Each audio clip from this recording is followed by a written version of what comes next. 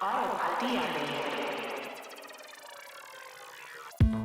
as there are millions of stars in the sky.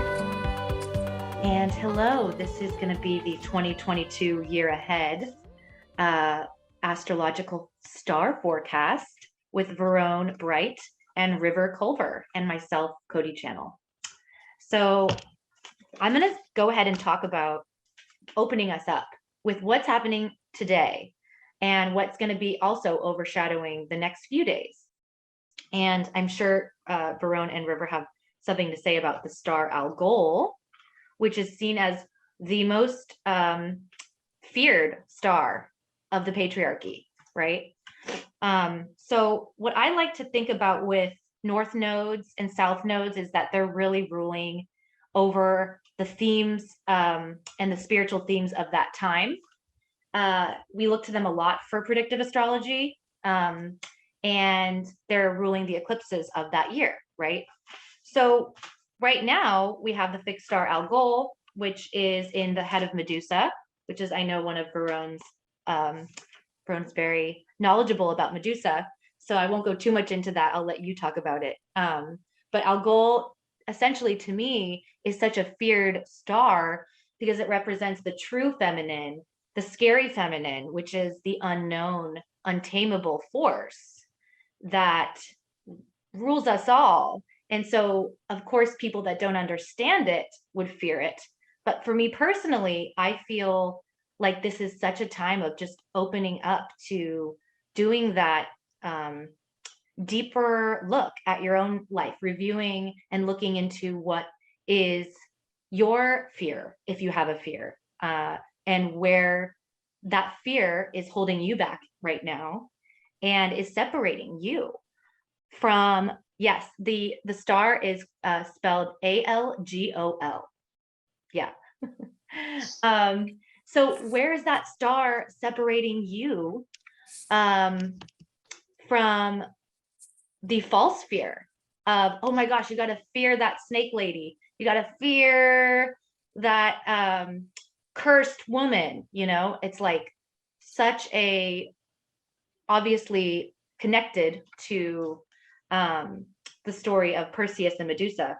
But I think that this is a time for us all to deepen our connection to our guides, what we're internally, intuitively guided by is really coming up for review currently. So not to start off too spiritually, but I just did already. So there we go. Getting started with what is holding you back, what is in your fear that you know is potentially just written by a man in a book somewhere. No offense to men or women, right? And where you can take that feminine magic, which is the unknown mysteries that seem to govern our universe, and make it make sense for yourself. Understanding that during this auspicious star lining with the North Node, we might see a lot of our what's happening in the world start to be really questioned by a lot more people. There's going to be a lot of things coming out over the next few weeks, but specifically over this week and leading into the astrology for the new moon in 2 days. The full moon in Leo in a few days. So just wanted to open that up with the fact that right now we have this sort of like star portal of Algol, which is how we want to embody our truth and what we're afraid of, and how we want to delve in with compassion for ourselves to those parts that have been otherwise seen as do not enter or caution, lined with caution tape. So carefully treading, gently, lovingly. It is the lover's year after all, and we'll be getting all into that too. So I just wanted to know, Verone, before we get into everything on the star Algol, do you have any insights that you wanted to add about that being on our North Node currently? Yes, I would love to talk about Algol as a priestess of Medusa. This whole idea of so much of our information has been written by men, has been encapsulated by the patriarchy. We can't overlook things. I think people want to pick and choose what they put under the wing of capitalism and the patriarchy. It's like, we can't overlook spirituality, we can't overlook medicine, we can't overlook science, we can't overlook all of these things because it's been woven into our history, into our ancestry, into our consciousness. So I love the star Algol. I think there's many layers to this star because, yes, in the sky, it's depicted as Perseus holding the head of Medusa in one hand, a knife in the other, which he used to behead the goddess. And I think it's important for us to go back before this constellation was even Perseus. All the constellations that we see, they haven't always been the same thing. They shift and they change.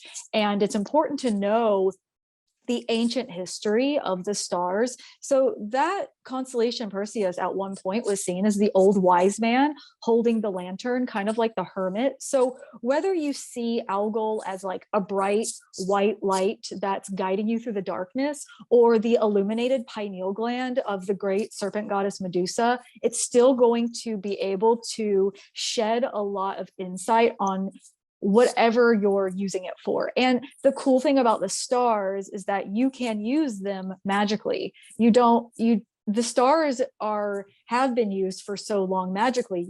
A lot of stars have sigils that go with them, herbs, stones, and you can call upon this stellar energy. This is a big reason why I really am in tune with true sidereal versus tropical, because we want to reach that starry energy. We don't want the energy to just kind of go to our atmosphere and fall back down. When we are working with these stars, we want our energy to reach our stellar bodies, our celestial bodies. We've got all these different subtle bodies.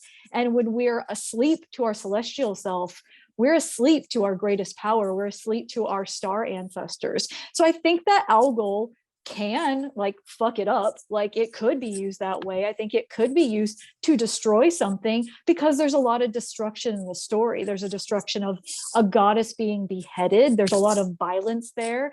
And the original story that I know from Medusa is that she was a triple moon goddess in Libya, worshipped by Amazonian priestesses. And when Perseus came over to colonize, he killed all the Amazonian priestesses, stole their ritual altar items, and turned the goddess into this demon whore and beheaded her. And you never hear about her body, so think about that. As far as women and feminine energy, there's so much disconnection between the mind, the heart, the body. It's these ideas that have been permeated into our consciousness that we can be beautiful, but we can't be smart.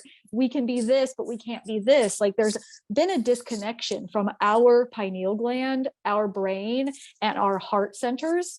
And that is keeping us out of alignment. So when you work with the goddess Medusa, head and body connected, you're able to activate that star magic within you. All of these activations are real. To me, this is the science. This is the physics. Our bones are made of star stuff. And when those elements are activated in us, because we become aware, consciousness is just awareness. When we become aware of something, then we're able to open up to those parts of us that are already existing in all these other star systems. So I would say with Algol, take the whole story into consideration, just like me, for example, I was super abused as a child. Does that make up my entire beingness of all of my incarnations and all of my star bodies and all of my lives to come? No, that's just a piece of it. So Medusa's story, a piece of it is the beheading, but so much more beyond that. And yeah, I think it's gonna wake things up, like you said, going through fear, waking up the fear, the part of us that's being held back. That's oh, I've been scared to say this. I've been scared to do this. I've been scared to be this because I don't want other people attacking me or judging me. I think Algol is a really powerful star for that. So, make your star altar outside and let it soak up that energy and really call it in, because this is the year of the young water tiger, and we are moving through the fear really fast because it just is doing nothing for anyone. So I think that's what I have to say about algal. Yes, no, I love it. And I do feel like, you know, when we look at back in history, when we at what some of those big shifts were, you know, we can see them a lot of times lining up, like with the Great Depression. That was when Taurus was like we're aligning with basically the North Node in Taurus, correct? And we're in obviously almost into Aries in Sidereal. Mhm. And so we're what, this is like 3 degrees of Taurus. So I'm done with talking about algal. I just want to make sure everyone knows that if you are feeling that energy of like facing things, don't run from it. I see, you know, we've had so many other lifetimes to just pretend like everything's fine, move on, pretend like the fear is not there.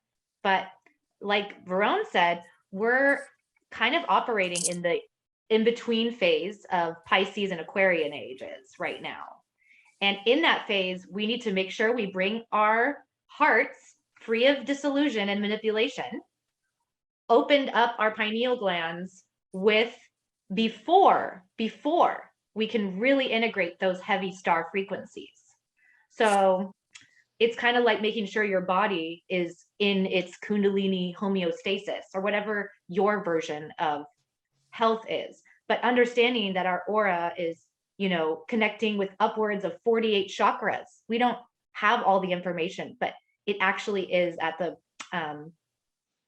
the individual's responsibility as we're shifting from Pisces to Aquarius to actually instead of saying that's so complicated or that's so scary or that's so weird, it's more about internally understanding for yourself how your aura and your connections to these 1,000 kilohertz, you know, these stars are 3 times as high in frequency as the planets. Okay, the planets are like ping pong balls compared to stars, right? They're dense. I guess ping pong balls aren't dense, so more like basketball. Can you tell I didn't play sports? I don't know. I'm like, A whatever that dense bowling ball was. Bowling Yeah. ball. Yeah. So, but I believe because I've grown up with, like, I've been a conspiracy theorist for a long time before I had my spiritual awakening, since I was about 7. And so my background has always been to do a lot of research. And so I'm no stranger to prying open doors. And for me, those stars just line up so correctly with all of the just ancient power and ancient secrets are held within these stars, correct? And they're ruled by Uranus. And we are in not only a heavily Uranian year, we are in a heavily Uranian time where we're going to be just getting in touch more and more with these telepathic, benevolent, and or demonic, whatever you want to think of them, as these intelligent beings that are already on Earth, many of them, and a lot of telepathic communication will be revving up for all of us as the years go by, because they are helping us. And I'm sure everybody here has a little bit of their own connection to their star people, to where they might have come from, to where they're working with. And I like to think of myself as a grid worker. And I just feel that I'm always clearing the grids. And I know Verone and River also clearing the grids, opening up stargates, clearing out dense energy wherever I go, feeling my heartbeat really fast whenever there's something that needs my attention, going and clearing that energy. So I'm here to kind of open us all up to the fact that we might have amidst the chaos, a very high frequency up leveling year with our own connection to our star people and beings. But as well, many people are going to be meeting their soulmates, their karmic other, their non-karmic other. It's really up to your frequency, what you're calling in right now. But there's going to be a lot of coupling because of the Lover's Year, right? And also a lot of friendships, a lot of find the others. That is what this year to me is about. And while there's all sorts of different arenas for a financial collapse to occur over the next 2 to 3 years, many different, that always has been happening, remember, okay? And that's always going to happen.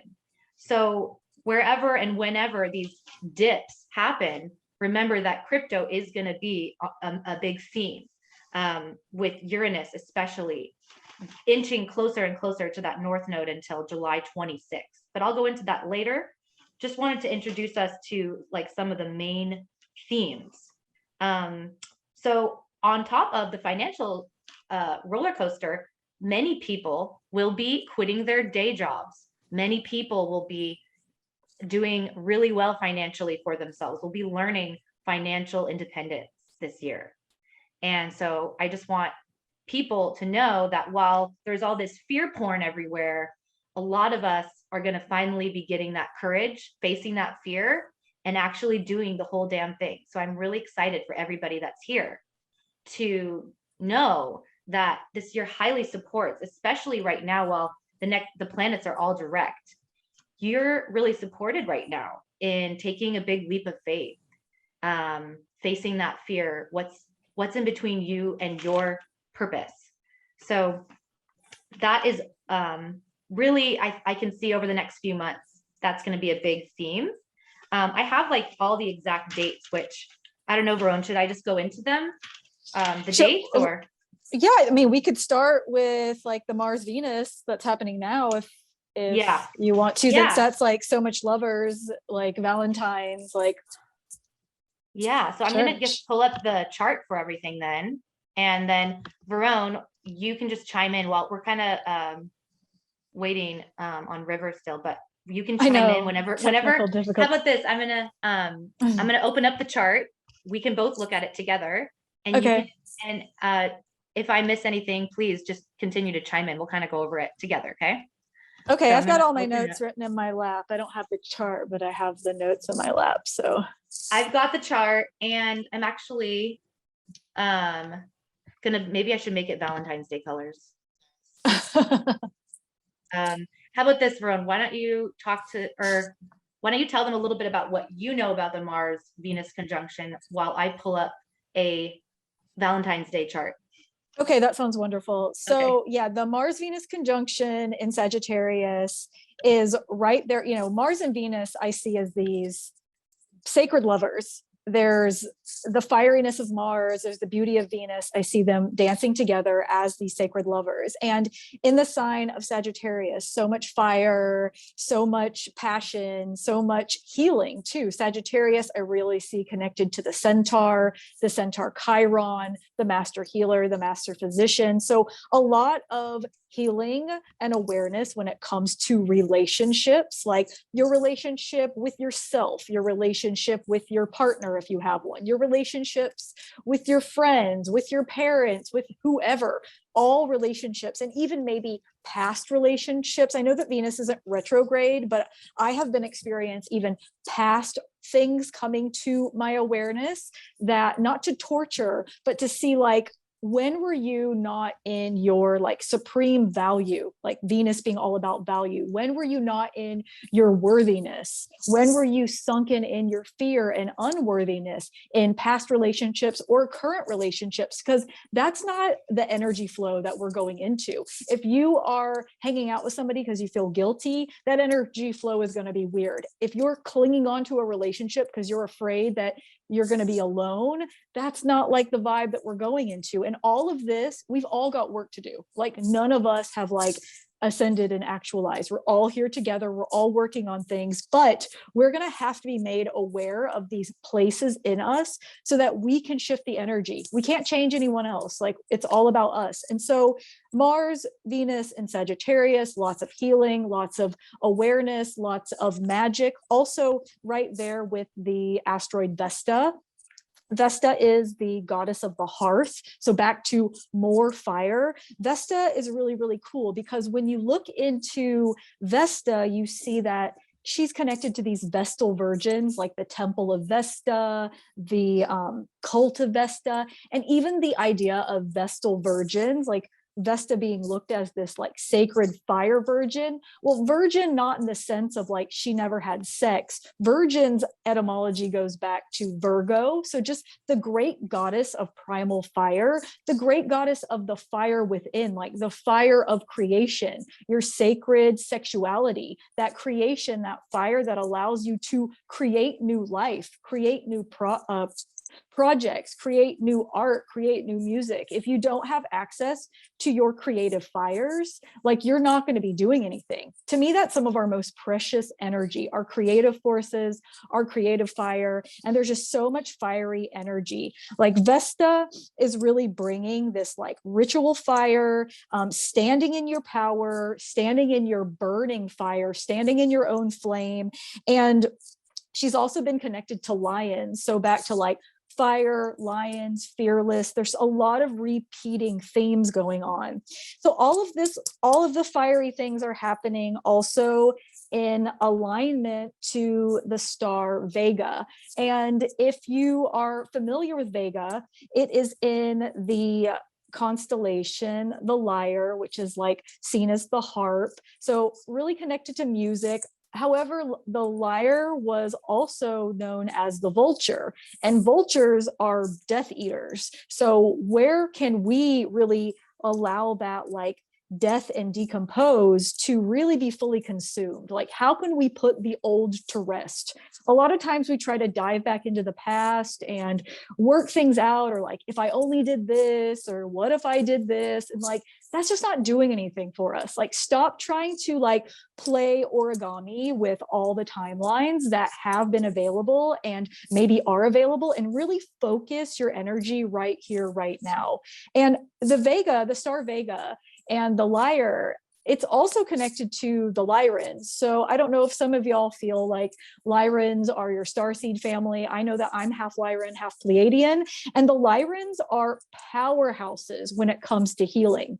The Pleiadians are very good for psychic surgeries. They're very good at cutting. They're called the cutters. They're from the nakshatra, the cutters. And so they're very good at cutting. Critica. Yeah. Critica. Yeah. And the Lyrans are really good for like removing stains. So not cutting something out, but taking something out of your energetic field, out of your DNA that's been imprinted for like generations upon generations upon generations. Say like my mom like was really like negative thoughts all about herself, and her mom was negative thoughts about herself, and her mom was negative thoughts about herself. Well, the Lyrans are coming in to like pull that dense energy that's literally like residue out of us, like out of our systems. And you just can't fuck with a lion. Like lions, there's so much lion power going on right now that we're really going to have no choice but to be fearless and to move through these energies, because it's going to hurt us to stay that way. We're not going to feel good. We're going to physically feel bad if we try to hold on to this like dead energy. So, that's so far, I think, what I have to say about that. I'm sure I've got more to say. I've always got more to say, but I don't know if you wanted to add something, Cody, to that. I don't think River's popped back on yet. Yeah, no, I love it. I think, there is a big, interest in the stars, in the star gates, in star origins. Many of us identify as indigo children, which, maybe some of you guys wrote that off. Maybe some of you guys didn't, but I've been unable to forget about it, because it, is just always in my view of, oh, there's something here that's attacking this. There's something here that I need to remove. I'm constantly spending hours along with my crystals and guides. Remember, I don't worship anybody. I don't pray to anybody. I work with all of these people and or entities, whatever you call them. And I have been experiencing lots of healing. So again, this is a little off topic, but where I'm going with this is many of us will have experienced this feeling like we are maybe unable to master this earthly realm. Let's just say we weren't masters of it, or maybe we are. But what you want to be is the master of your body more than anything for what's coming. I think really the master of understanding that you can respect everything that's been done throughout history, every religion, and politely decide to make it right for you in this moment. Or not politely, I don't care. But you want to decide that you're going to be fully lining up and checking in on where these ancestral codes and DNA codes have put blocks in your upper chakras, blocking you from awakening your Kundalini, blocking you from allowing you to access these higher realms. And so I'm hoping that a lot of you guys probably have already experienced what it's like when you unblock a chakra or you unblock something.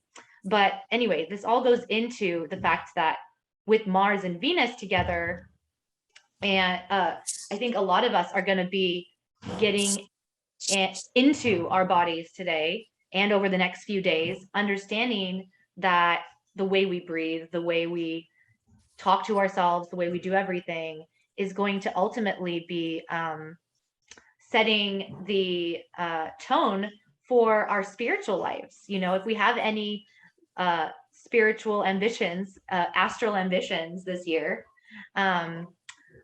this is a really good time to check in with your body and ask, is there anything blocking? And what I like to do is just ask things to be removed across space and time, and to always involve my highest self, most expanded self, higher self, whatever you want to call it, to be the overseer. Okay. So anyway, that's probably the last time I'll talk about that in this meeting today. But as far as the full moon, we did see that. I know we have a little bit different systems. Like, for example, in my software, it's showing that the full moon is conjunct Alfred, the water snake, which both me and Verone have in our charts. And so I do think that it's a part of the Leo constellation as well. But Alfred, the water snake, to me, when it's this full, is all about the resurrection. And I want you to chime in on this one, Verone. And I also want to hear what other stars your software is picking up on, because Alfred and then a few other Leonis stars were in this full moon that I saw. But what I think about this is the fullness of us, again, kind of like with what I was just talking about. This is why I'm saying this now, is us really understanding and not having our body be a secret to us anymore, not having our body be a mystery. You know, Cody, the chart that people are saying they can't see the chart. I can't see the chart either. Can you see the chart? You can't see it? No, and no one else can either. Okay, They're wait, writing hold in on. the chat. It's okay, I'll redo it. I'll try again. Okay, River said they could pull it to unmute them, but I don't know what's going on with that. Can you guys see it now? Yeah, I can see it now. Okay, let me try to see if I can minimize this so that everyone can, let's see. Well, here's the whole chart. This is the full moon in Leo. And if I'm not incorrect, this is the 8:56 a.m. in Los Angeles. And this would be, again, in the Alfred water snake constellation. So why do I think this is important? Well, first of all, the aspect of us, again, not being a stranger, not being a mystery to the underworkings of the feminine aspect of health, of nourishment, of the water snake, carrying that immortality, that life force energy that is demonized, like so many of the greats in our mythologies that have been demonized, like Prometheus or whatever, for having the capabilities, or Asclepius, or for having the capabilities of understanding how to create life and how to sustain life. And so I think for everyone here, that full moon is, you really want to spend some time alone with yourself to do any kind of Kundalini movement energy to get to the root. Again, that's Mars, Venus, right? You want to get to the root of what your BSs, or if you have anything that you're ready to let go of that could be standing in the way of you understanding how to connect with your own body and how to heal it. So that's what I see about this moon. Obviously, the inner child, any of those wounds are going to be really making themselves known around that time. And so obviously we're not going to go into every single moon of this year ahead. So don't worry. I want to make sure we have enough time for everything. But Verone, do you have anything to add about? Well, I love that you're talking about resurrection, because where I'm really like focusing in on this full moon is at the Lion's Gate. So I'm really focusing in on this moon being at the Lion's Gate, and that place in that star portal that always exists, and it gets illuminated depending on the sun, the moon, a planet being there.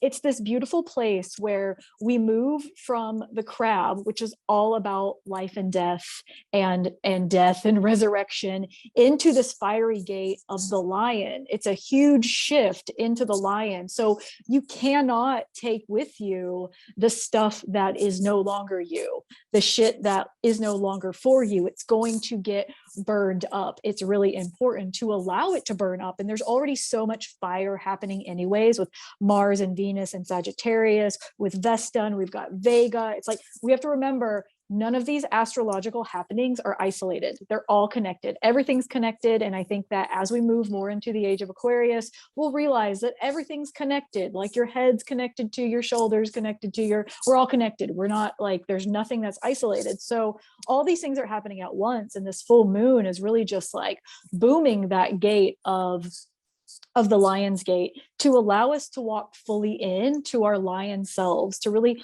walk fully into this fire, so that we can like transmute and transform all those dense old parts of us. Like, we need to be lighter, we need to be less dense, so that we can be connected to our star self, our light self. Like, it's not that dark is bad, light is good. I don't believe that at all. We need all of it here. I'm talking more about like density. We don't need to like just feel like we're so weighed down all the time. We don't need to have like gravity punching like us down all the time. So it's so important to allow that transformation. And if people are not familiar with Lionsgate, I think there's a lot of talk about it. Like, some people say it's 8/8, but it's going to keep shifting and changing. Like, the date will keep changing. To me, it's a place on our zodiacal wheel, right like at the beginning of Leo.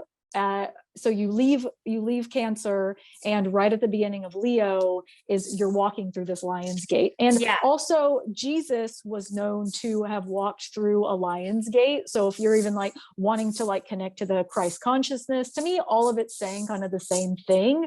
I just think there's different ways to say it, like spirit, soul, ascension, magic, whatever, physics, science, like it's all saying basically the same thing. Like, we're here to really activate. So I see this moon being a big moon. I believe it's also by Regulus. I would need to like check in with River about that. I don't know if they're like I heard around. that was, yeah, I mean, it's definitely close. It's So, definitely close. Regulus means the king. I think it's like an emperor. So it can be like a star that rules over you, like Trump.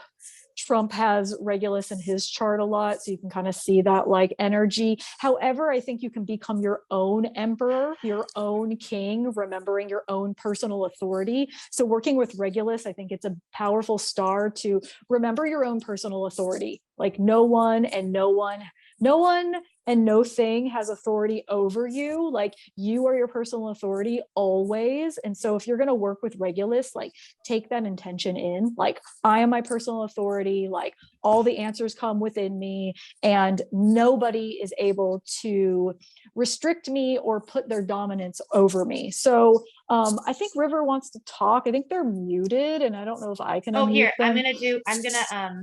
let me make this happen right now. Look, there you go. I'm gonna make you the host for now, and then I might go back on later. Okay, River? There we go. Now you can share in case.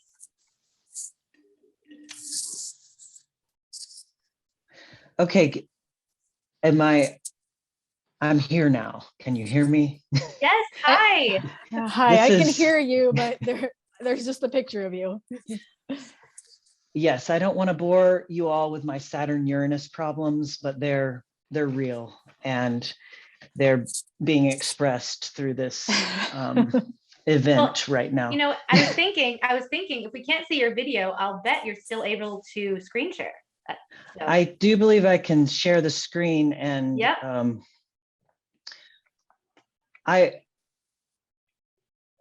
Let's see.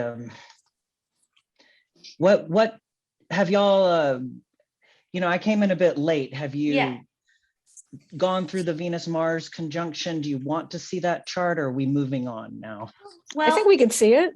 yeah, we could see it, and then yeah, we basically have been just talking about it, but I'd love to hear just a little touch from you, and because I know you're gonna have stuff we haven't said.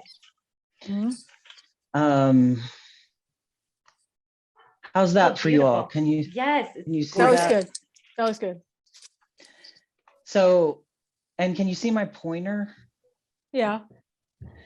I'm gonna just over here. This was what you all were talking about, I believe. This is Venus and Mars and fixed star Vega. This is fixed star Nunki in the vein of the arrow of the archer, and visually the conjunction is happening close to Nunki as well, aligned with Vega. Here is Vesta. You see Pluto in true sidereal.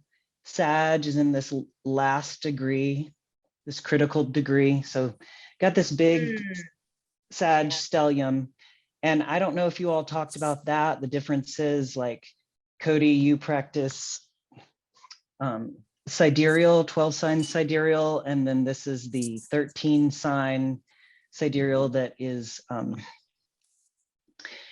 corresponds to the actual sizes of the constellations. So it's an uneven zodiac, just so folks know the difference here. Yeah, I love incorporating the 13. I incorporate the, Ophiuchus when I can, but mostly just the star systems. And but I don't have the 13th sign astrology software. So this is awesome to see. And I hope this gives people a visual, because we don't need to make this whole talk about the 13th sign, but let's just say we all love it a lot. That is and this right here, Ophiuchus, right here, Ophiuchus.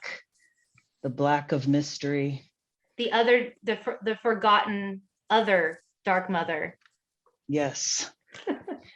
Yes. There's and two. You're talking about Leo.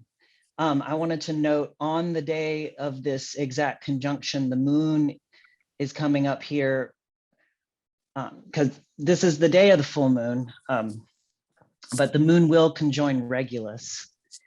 And so there's a lot of, we've been talking about, this is the year of the tiger. The Tigers were just in the Super Bowl last night, which I don't typically watch, but I got really into the astrology of, like, the quarterbacks and the notion of, like, this year of the tiger. The Bengals are playing the Rams. We have a lot of Aries energy this year. So the Rams and the Tigers, a lot of fire. And this first full moon coinciding with this Venus-Mars conjunction is in Leo, and will go on to conjoin Regulus this day. So just adding a bit of that. Yeah, I had, like, our softwares pick a little different. Mine has Alfred on there as well, the heart of the snake. I saw that you typed that. And yeah, so I think it's a very Leo. I think basically what we all hopefully will be getting over the things that are in our solar plexus, our confidence, our confidence blocks that usually stem from childhood connected to Leo. So we're all going to be either playing our hearts out or crying our hearts out, depending on what our body needs to grieve, what level of frequency we are at.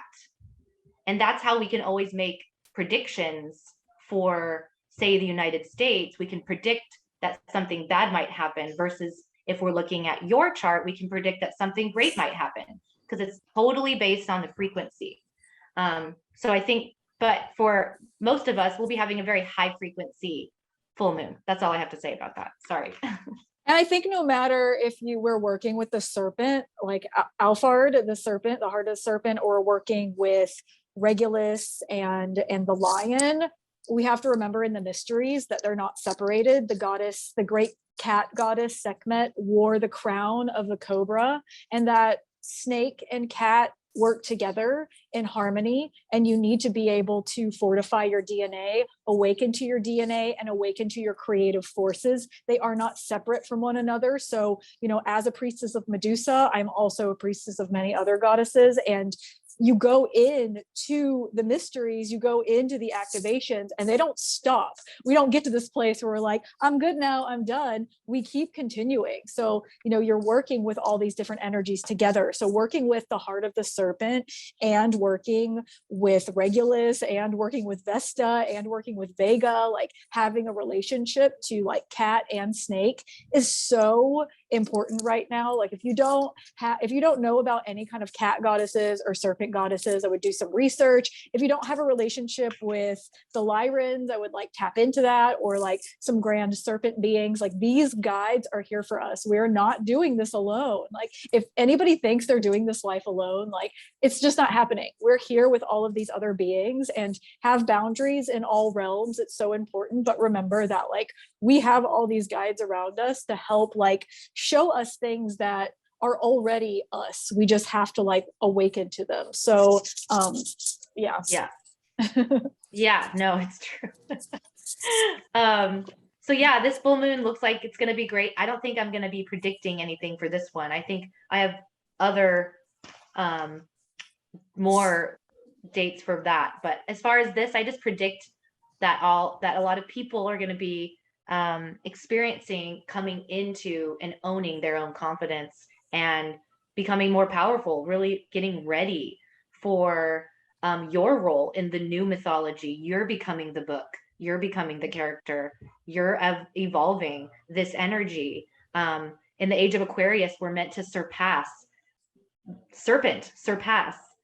that. Why is the serpent demonized? Because it helps us to surpass our blocks, our astrological, physical blocks. So this is definitely a great year for a lot of people to really activate and reach for the stars, so to speak.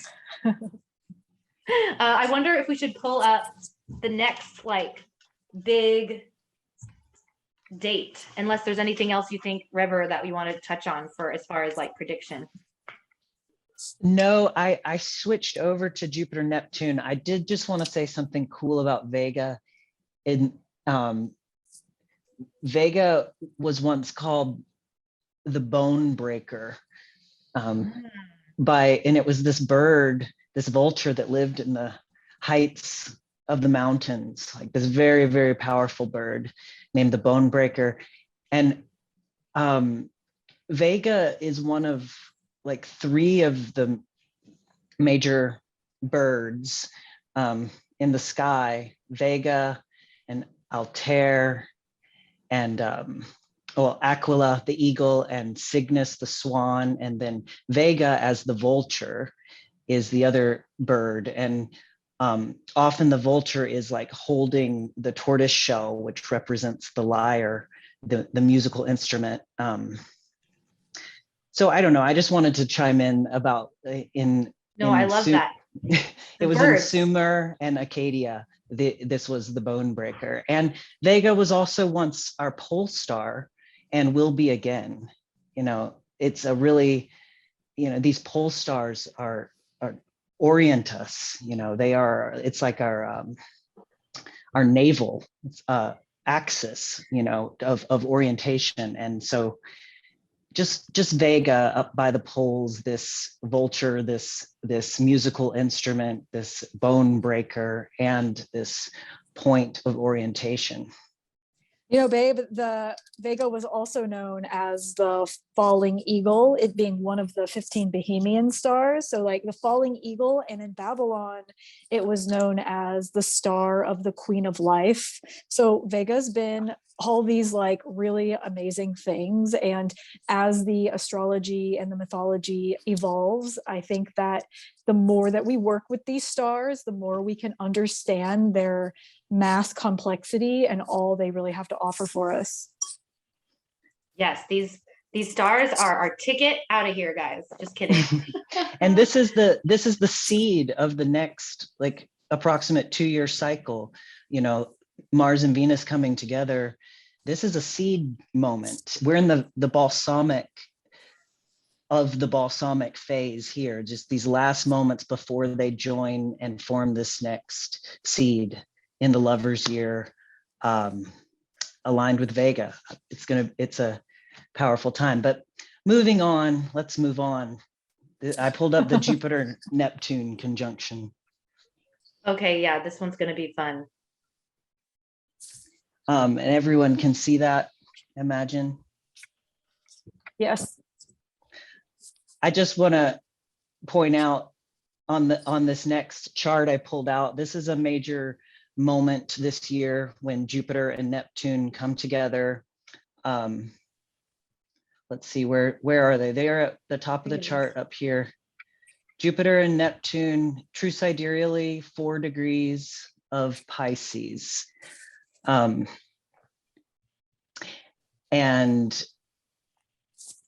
they are aligned with the star Markab, that is the saddle of Pegasus, that actually, Pegasus stretches over both Aquarius and Pisces. And our current, you know, how we measure the ages, our current vernal equinox in the Northern Hemisphere, these stars of Pegasus, Markab and Shiat, which is a little farther over here. These are the stars that that really represent the age that we're in. You know, this bridging between Pisces and Aquarius. And so I found it kind of interesting that this conjunction of the classical ruler of Pisces and the modern ruler of Pisces are joining together at this kind of bridge point between the ages, aligned to Alpha Pegasus. I love the Pegasus. I have Enif in my chart on my part of fortune. And I just want to say that Pegasus to me is also reminds me of basically making your dreams come true, making your wish fulfilled. That's what I've associated with. It's in like the motion picture. What is that? It was like in the 90s, every movie there was the Pegasuses, right? Oh yeah, the motion Paramount. picture. Yes, it's Paramount, guys. Everything, yeah. But for me, I've noticed a lot of with Pegasus, there's great creativity, really high imagination in individuals. So if anyone here has anything around this degree of Pisces, or in Pisces, you might want to check it out, Pisces to Aquarius, where you might have Pegasus. But I think that this could be a moment, all right, for a lot of either delusionment in the world and also a lot of creative wishes fulfilled. That's all I have to say about that for my prediction. You know, the Pegasus is so important, this constellation, because I think we just think like the age of Pisces and then the age of Aquarius, and that's all. When there's this huge constellation of the Pegasus stretching over, bridging Pisces and Aquarius together. And so if we're in the age of Pegasus, we have to think about all that Pegasus brings. And like Pegasus is fast. It's a flying horse. It's going to move us really quickly. I see Pegasus as this like 4-dimensional bridge that's getting us from like the 3D into 5D at plus, if we're like doing those kind of like chronological dimensions, and that you don't want to get caught in the bridge. You want to take the ride. Like Pegasus is a ride, like it's the fast train, it's the Bolt bus, it's getting us into this new age, into the age of Aquarius. And that Pegasus also connects back to the serpent, because Pegasus is the child of Medusa. Pegasus was sprung forth from Medusa's third eye. So back to the pineal of Medusa, back to Algol, it all connects together. That Pegasus is this third eye vision of the great serpent goddess. Like I see Medusa definitely connected to Ophiuchus, Ophiuchus being the forgotten sign, the great goddess. When you work with these energies, everything connects back together. So that Pegasus energy is taking us far and taking us into a place that we've been waiting for, and it's going to go fast. Like it's going to go really fast. And that great square of Pegasus where Macabre is, that great square was known as the field or Babylon, the actual city of Babylon. So I'm seeing the like Tower of Babel really crumbling right now, Babel being the word that means to confuse. So a lot of our confusion is going to be melting away if we choose to look at these things, if we choose to really dive deeper into ourselves, into the mysteries, into the magic. If we stay complacent and we stay like fed the same information that's been like making us confused, allowing us to stay in the babble, then no, we're going to stay there. So, you know, it's a real powerful time. And that Pegasus energy is like literally no joke. No, Yeah. it's Yeah, what'd you call it? The Bolt bus? The Bolt, you know the Bolt bus. They've got, okay. So I lived in Baltimore for a long time. And I take the Bolt bus from Baltimore up to New York, and the Bolt bus is just a real fast bus that goes from like one city to the next. So it didn't really make any stops or anything. It's not like the Greyhound. So yeah, the Bolt bus. Well, yeah, I associate the lightning bolt with Yeah, Pegasus. for sure. You know, that like the speed, the Macabre is the saddle. You know, you're harnessing that energy, and you have to like find you know, the stability piece in the saddle as this like the Bolt Flying bus. horse. Yeah, you don't want to The get Bolt. thrown off the flying horse. Yeah. And y'all mentioned Medusa, you know, Pegasus springing from that moment of Yeah. in that story as the child of Medusa. The exact same day, the sun is here conjunct Pallas Athena. Pallas Yes. Athena is one face of Medusa. Athena being from the same origin story as Medusa in Libya, and also the serpent being a sacred animal to Athena. Just, it certainly all connects. We have the sun here also in Pisces with Pallas, and then wedged right in between Eris. So it's also, I would think, a very, you know, you got this really imaginative, expansive, boundless dreaming of Jupiter, Neptune, and Pisces with Macabre, Pegasus. But we also have in Pisces still, but the sun, you know, coming into its yearly union with Eris, and that is square Pluto. We're just separating from our in our Eris Pluto square that's been, you know, in with us throughout the duration of the pandemic. They're separating now, but the sun will conjoin Eris. And if you don't know Eris, Eris is named for the goddess of chaos and strife, the dwarf planet Eris, and seems to exhibit a lot of these qualities astrologically as well. She's sort of like a sacred disruptor, I think, and bringing about, catalyzing change, catalyzing necessary change, perhaps. But again, the sun will be joining Eris and then squaring Pluto, like right around this moment, just after this perfects. So potentially a lot of intensity in the ethers as well. Yeah, well, Neptune is known for manipulation, and it was discovered around the time that, maybe you guys can check me on this one. Wasn't it implemented when, oh no, sorry, that was Pluto. Just kidding. No, Neptune does rule though, like television, Yes. all the movies, motion pictures, things that we already know here that we want to look out for. But obviously that is a moment of potential delusion, manipulation, and an amazing psychic awakening that, oh, do you think that the world we live in really likes to support massive psychic awakenings on a mass level for an entire collective? Well, we've been going through it our whole lives, most people on here, and collectively been really feeling it since about the 70s, right? But I think that could be an option. Also, potentially some other outbreak of something physically, because Neptune also has to do with that as well, with illness. So there's a few different options, and obviously they will express themselves.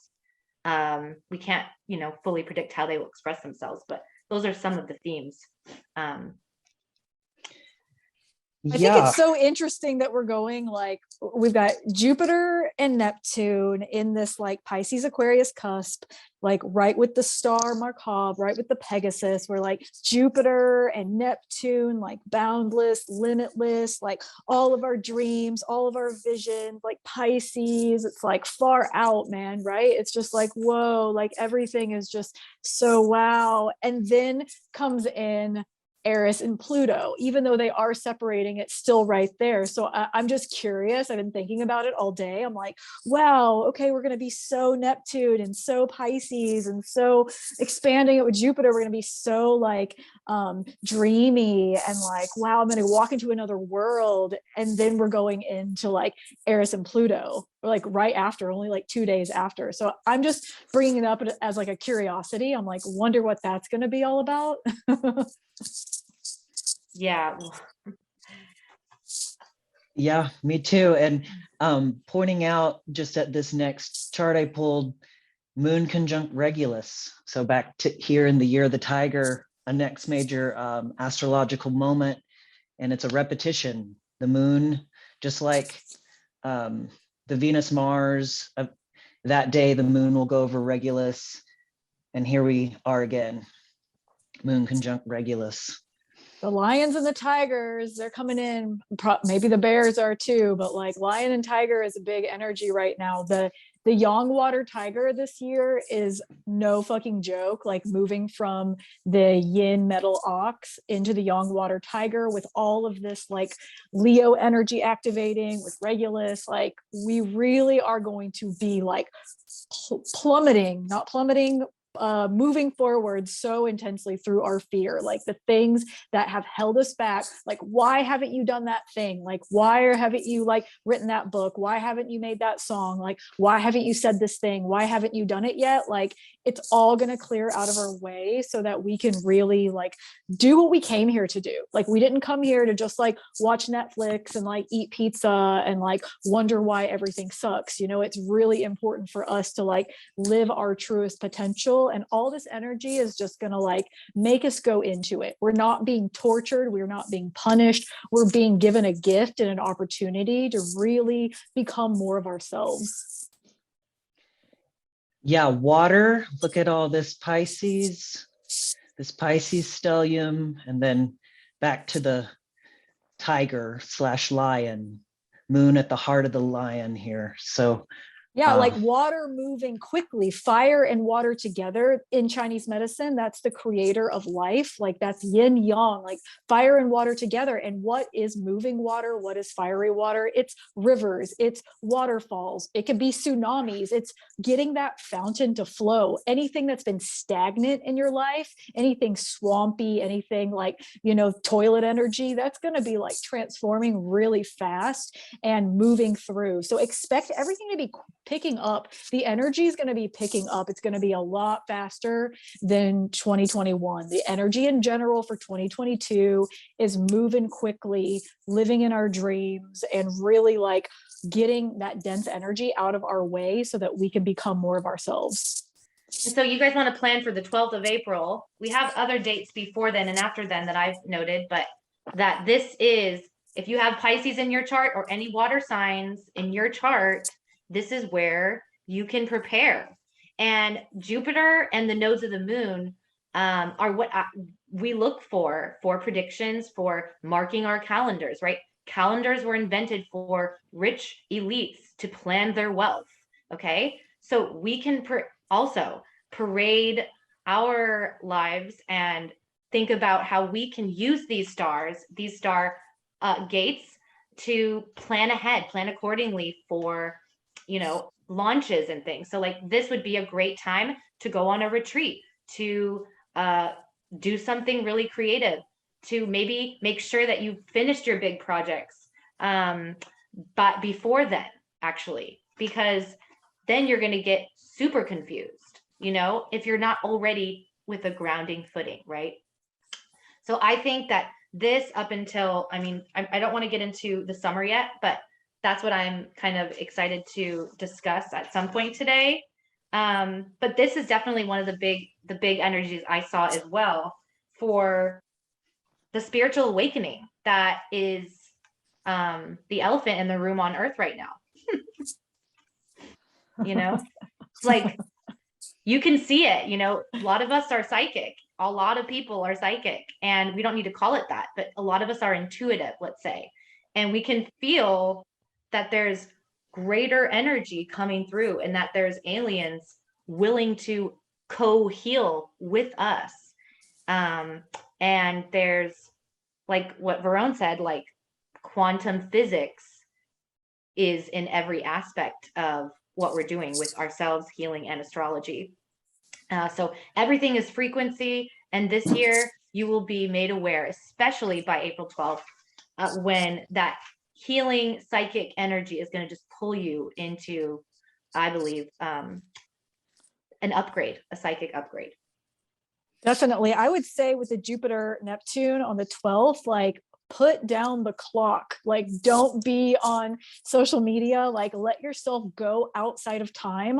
All of these times, all of these calendars, it's all made up. Like there's so many times happening all at once. All the time is happening in the now. And Jupiter, Neptune, and Pisces is going to allow you to connect to limitless time. It's going to connect you to the outside of time, all the potential. So I would say, like, don't even look at a clock. Like let yourself just go into the beyond, and know that you can always come back to your calendar and your clock and your computer later. Like, but have a moment where you're just like, you know what, I'm just existing right here in the right now, and that's the only time that exists. Like let yourself feel free of that.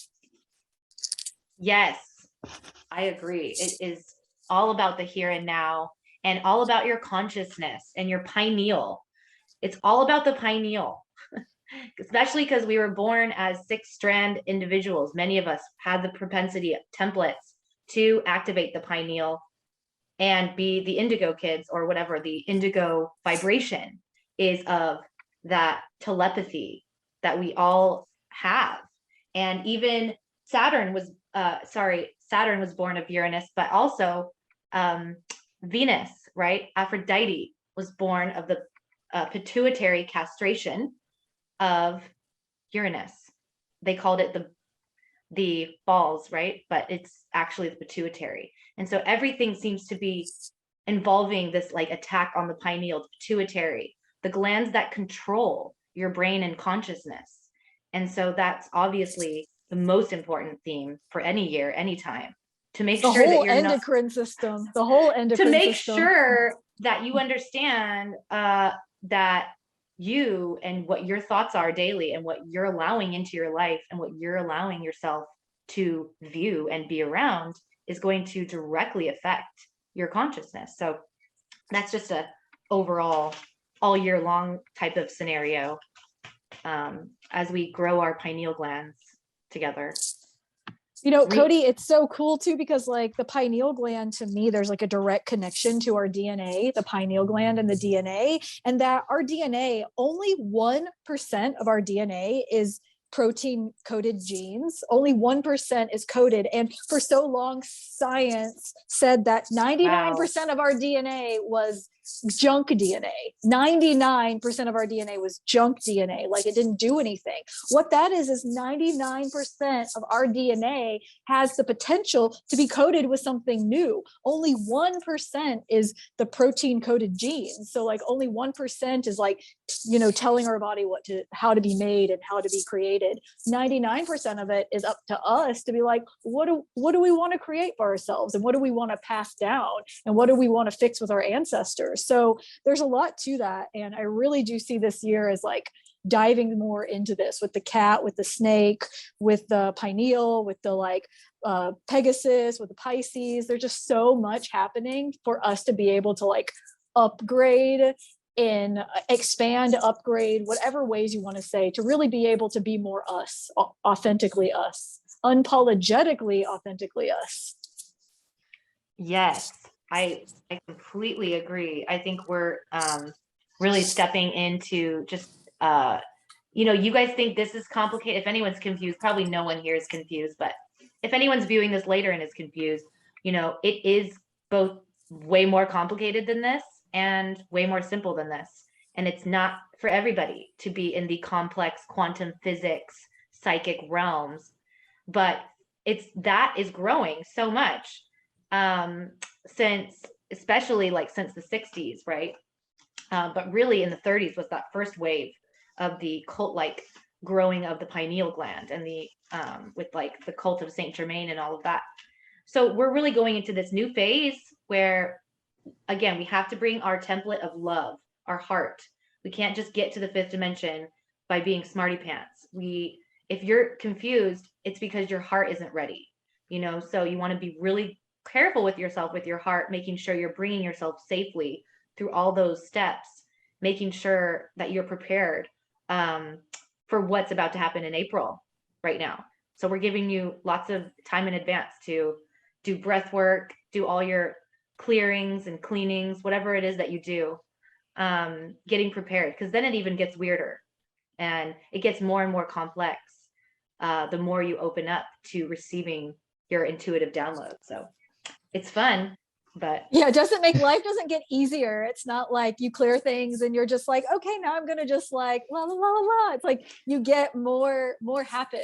Like there's like more things to work through or more things to understand. Like it's just, there's no end to it, you know. We're like limitless beings of multidimensional light. We aren't just gonna like stop at some point. yeah, but there hopefully will be an end to the BS. And I think that we might not see it in our lifetime, but at least you can get right with your own dialogue, and then at least your own dialogue will be sweetly talking to you like you are, you know, a star seed or whatever term that you prefer to be called. I think I had, oh yeah, so April, I'm looking at the US chart over here now, so let me not get too crazy. Well, can I interject? Yeah, of course. About before the US chart? Because earlier I wasn't looking quite clearly. Pluto is actually not it isn't in the very last degree of Sag yet. It in that earlier chart it was just under here, but for the US chart, that will be right here at the cusp of Capricorn and Sagittarius, when the Pluto return actually perfects sidereally. That, you know, it's all out right now that it's going to be like in a few days tropically, and you know, perhaps that's a layer of the story. However, it has only been 246 years of Pluto's 248-year orbit. So this actually does not perfect until Pluto right here reaches this cusp, Capricorn, Sagittarius cusp. So I was just kind of segueing if you wanted to say anything about that and the timing. I think we Yeah. wanted to just highlight that briefly, that it's not over. It's not going to be over this year or separating. Like, this is the moment, and this is when Pluto aligns with the alpha star of the eagle, Altair in Aquila, the symbol of the United States, the eagle. So this doesn't happen until 2024. First happen. Yeah. I have a chart that I will pull up of the US when we're ready. I don't want to rush us past anything that we're not ready for. I have basically that chart, and then I wanted to touch on the Uranus North Node conjunction, and that's all that I have on my end. So anything that's in between that, we can pull up now. If you guys have any specific events that you want to discuss. Otherwise, I'm happy to pull up the US chart if you have it. Otherwise, I could pull it up. I think we can segue into that. Just before we go there, I do want to mention Saturn is going to be working this star in Capricorn this year, and at the time of the Jupiter-Neptune conjunction. This is an important thing to note, because this will be an ongoing thing. Saturn is going to be conjunct Deneb Algidi, which is the tail of the goat. This is one of the Bohemian stars, one of the 15 stars used in medieval magic and alchemy. It's, we're talking about tapping into the magic of this moment. Well, I think this is another opportunity. Knowing that Saturn, which already has a resonance with this group of stars and this star itself, is going to be transiting this star off and on all year long. And this is kind of like a star. I think of a bit like a white wizard, a Merlin figure, a wise, ethical, being of cosmic order and justice. Mm-hmm. Yeah, I see that. I feel like also we have to remember that Saturn in its own sign of Capricorn is it's like a great energy to actually accomplish and to materialize for not only the Saturn and Capricorn generation, but all of us, especially where we have Capricorn in our charts. So definitely compare your guys' charts to where you guys can use that star power and bring it into making, your world more aligned with Earth, because Saturn rules, the Earth and being one of the stewards, keepers of Earth. And also it rules enlightenment and the full activation of your crown chakra, preparing you for that star energy. So if anyone's feeling like, oh, I don't really want to jump in, there's a lot of preparing, especially if you have like a Saturn return. This is a great building year too. So just want to remind that different strokes for different folks. Everyone's going to be experiencing things differently. But anyway, that's all I have to say about that. Awesome. Yeah, well, maybe we should move on. The US chart. Yeah, if you wanted to show that, you can take me off. Let me stop share. Let me see. Tips for preparing. Oh, someone's at tips for preparing for Saturn, Maria. Is that what you're asking? Someone's asking for tips for preparing for Saturn. I would first look out where your Saturn, what house is Capricorn, what planets are Capricorn. And if you have any direct trines or squares to other planets, Saturn does move quite slow. So these are going to be, it's a great planet to look at when you're planning to actualize, materialize, stabilize, so many things that star people were born with not being able to do, right? So there's so much that we can do, but more with aligning with Earth, aligning ourselves with the needs of Earth. And then Oh yeah, she's saying the fast moving energies you talked about with Jupiter and Neptune. The reason to me it's fast is because of the macabre, the Pegasus energy. But I would say get into your artistry, get into your dreams, and do some type of like grounding energy. I think is good to do. The best thing for me that I do is put my bare feet on the ground, like put your bare feet on the earth and remember that you're standing on a living being. You could do some breathing with trees. Trees are rooted into the ground. I think that could be a really powerful thing to do. Any ways to find like stabilization. Remember, Saturn rules bones and structure. Like, remember that you're not just a blob of goo. You're not just skin and blood like on the floor. You have bones, you have a structure. So, like, tap into your structure system, like, talk to your bones, like, talk to your actual skeleton. Remember, you're a skeleton inside. Like, talk to your bones, connect with your ancestors, stabilize your energy, but you're not freezing your energy. You're not stabilizing with fear. You're stabilizing with like trust, like really learning to trust oneself, like grounding and journaling. I think all of that's great. Listening to your dreams, like remember that like you are a golden pillar of light. Your spine is allowing you to connect above and below, and that nothing can like push you out of your center. So it's not about freezing, it's not about gripping on, it's just about standing strong in yourself. Connect to the earth, feet on the ground, trees, breathing. All of these things will really help you as the energies pick up this year. And can I add on about energies picking up? Yes, Yeah, for sure. of course. Look at the node.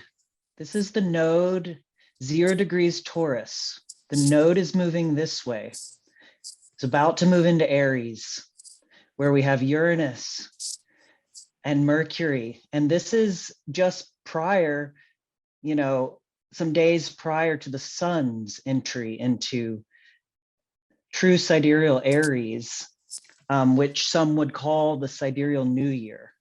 So that's like a lot of Aries energy is coming in, especially with the node moving towards Uranus and moving towards Alpha Aries, Hamal. We're going to have a total lunar eclipse in Aries, and we're going to have a total lunar eclipse in Libra. So yeah, cardinal energy, the energy is picking up. It's going to be a lot, I think. You're going to need more And- water. Drink water. and really more than water, mineralized water. I mean, Yeah.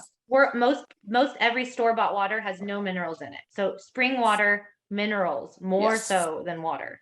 I guess So, I yes. forget because I only drink spring water, and I forget that other people aren't because I'm just saying it for anyone That's on my here privilege. who's drinking bottled yeah, water. yeah. Don't be drinking bottled water. Stop drinking tap water. Like, you need like purified water with lemon to really cleanse your blood. Like, I think taking humic and fulvic acid to detox your body of metals is really important. Like, you're wanting to clean out the old shit because it's gonna like you're gonna feel that it's in there. So really like keeping things moving, but also being able to stabilize. It's like standing in a rushing river. It's not knocking you down, it's cleansing you. Yeah, and I wanted to say the lunar and eclipses, one of them, this one, oh yeah, it's just right on the nose, right? Yeah, they're really, I had it written down here, but having these eclipses, remember, these bring us to points of destiny. They bring us.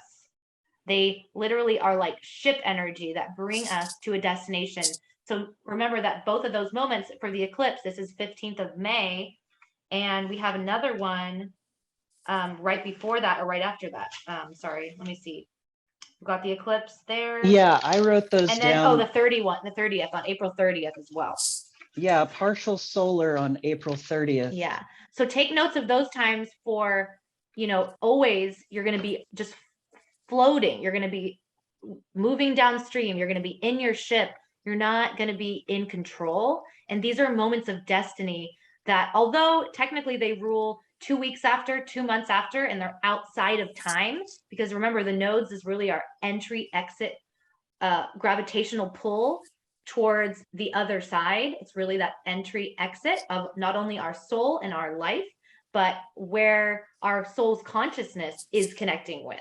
So having, oh wow, this is almost there, but we're obviously gearing up for that node to get closer and closer to Uranus.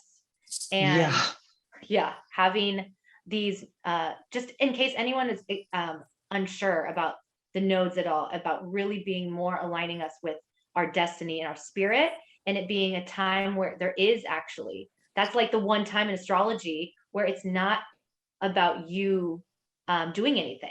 It's really about you just watching things reveal, right?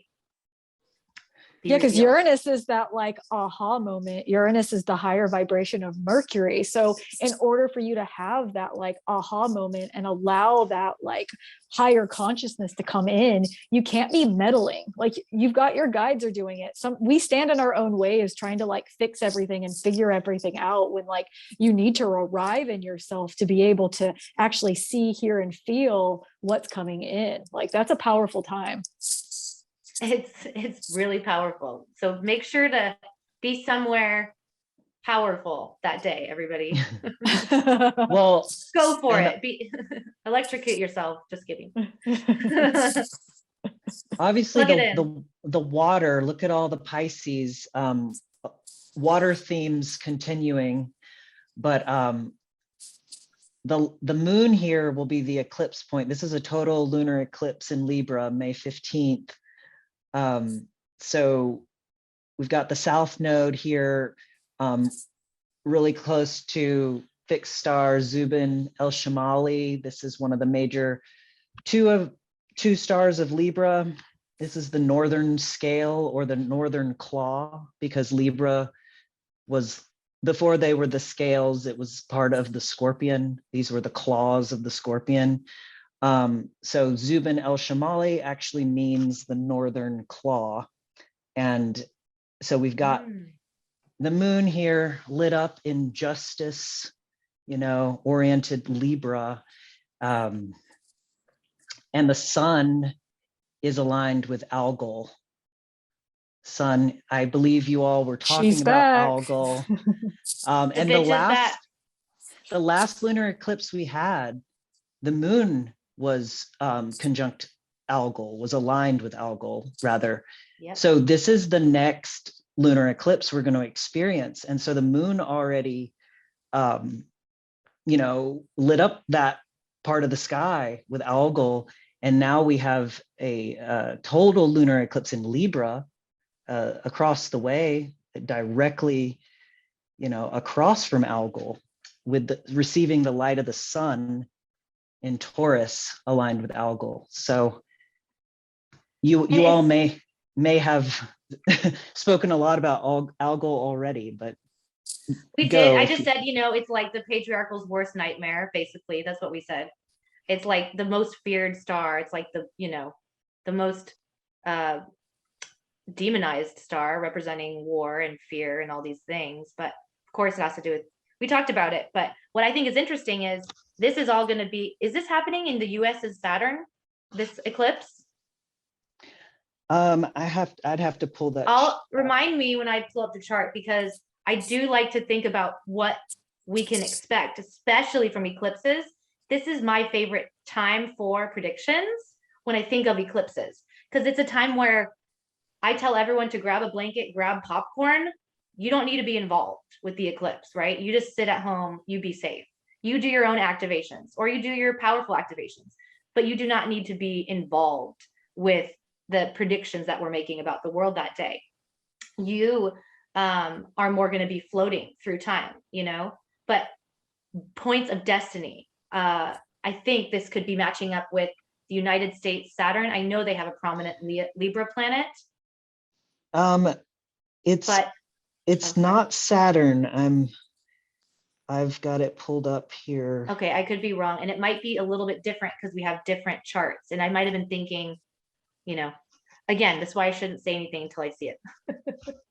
But I want to say that Stargate near the Andromeda and the archetypes of Andromeda and Arcturus and all this energy, it's very powerful star people energy, are Uranus and Libra, and also that polarity of Aries and Libra is very frustrating for humankind especially because Aries just represents freedom at the very minimum, which is why it's known for war, because most of the energies that Aries represents cannot be free. And so there is a lot of that war battle energy that isn't actually what Aries wants to do, but it is the symptom of not having freedom. So there's this balance between our personal freedoms and the need to have harmony. So it's like, you know, the harmonizer and the actualizer, the fire starter. And so that's a very intense energy, to say the least. I mean, I see Libra as definitely like battles of justice too. You know, the scales, the claws, they want to be balanced. And so like, it's important to find balance within yourself, remembering when the swirling chaos in the world is happening, you don't have to swirl around in the tornado in the washing machine either. You know, you don't have to do that. You can really, like you said, step back, eat your popcorn, get your blanket on, like really find your inner balance, because we're in for a long haul. Like, let's face it, in the United States and probably the world, we're in for a long haul. Like the astrology, like in the future, it just keeps going. Like, so you want to be able to preserve your energy for longevity. You don't want to burn it all out right now. So don't fall for the masks and the illusion that you have to like swirl all around. But like that Libra energy is really going to stand up for what you believe is just and right. You know, it's a lot to do with justice. Like it's hard for me to not think about justice when I think about Libra, and that moon and the eclipse is really going to bring those things forward for us to know, like, what will we do in order to like save our freedoms and to stand in our own justice and stand in our own integrity and to have the balance that we know is our birthright. I really think it's going to push us into seeing that more within ourselves, our community, and probably the world at large. Yeah, I do. I also want to say real quick before I forget that the Libra aspect of liberty and justice for all is actually embedded in that archetype of the Statue of Liberty, which represents the goddess Estrella, which has been, you know, siphoned from her energy, her extremely pure Virgo and Libra. She's both archetypes. She's known as Virgo and Libra, can both be associated with Estrella, the star goddess. And she could be seen holding that scale. She could be seen holding, but also she's holding the torch, right? That's like the bringer of life. So that archetype of Estrella going into the Statue of Liberty, just remember that the liberty and justice for all people, I mean, the card of justice is coming up a lot. So I can see that by this time, yeah, justice is actually a positive thing. And I know that sometimes Libra can be tough because it's so balanced and just that it can just cut something right out, because it's like, well, it's just, you know, this and that, fairness, it's a scale. Like it doesn't, you know, it doesn't have as much emotion in that decision. So this is kind of like a quick and probably very intense time to not be super in your emotions. So you'll be recovering after this Neptune Jupiter conjunction, and you'll be able to think, you know, be able to see very clearly at this time what it is that we are resurrecting from that justice, and what and where we are bringing that forward into our future as the North Node continuously begins to become conjunct with Uranus, bringing us in to our more multidimensional future. And so many people are going to be like, oh my gosh, I'm seeing stargates. I'm feeling stars. Wow, they're like medicine for me. Oh my gosh. Amazing. One point You know, that I want to point out, it's really important that this eclipse is to 0 degrees square Saturn. So Saturn in Capricorn still conjunct the tail of the goat, Deneb Algidi. So yeah, Saturn in Capricorn is going to be a force, and on the kind of on kind of like up with that, or the positive. I think Dana Al-Jidi brings in this element of justice and fairness that is in line with the cosmos. That's the kind of, like, for lack of a better term, higher vibration, but we also have just Saturn and Capricorn, which is big business, big government. This is that also that restrictive force that, this eclipse with the sun mitigating the starfire of Algol, the sacred fury of Medusa, and the full moon right here at the scales, the claws of Libra. So they're in a really tight 0-degree square to Saturn. And so Just what do you that. think that's going to happen? So what do you think that means, River?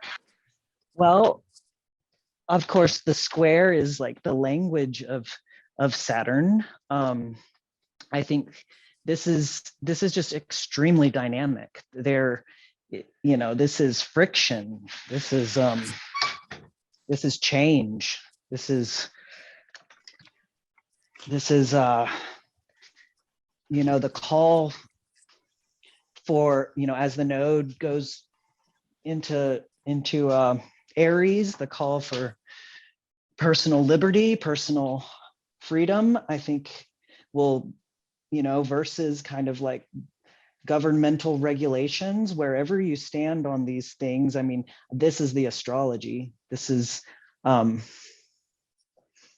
think it's just going to continue and be, perhaps, especially because we have eclipses configured to this ongoing Saturn-Uranus square. I think I don't see things settling down this year in terms of that No. square.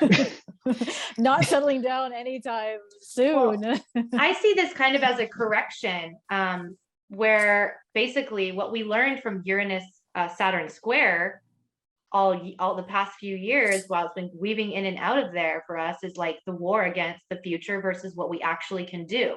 Right now, they're just sending out satellites into the sky. It's like the Oregon Trail out there with no rules. People are just putting whatever they want in the sky.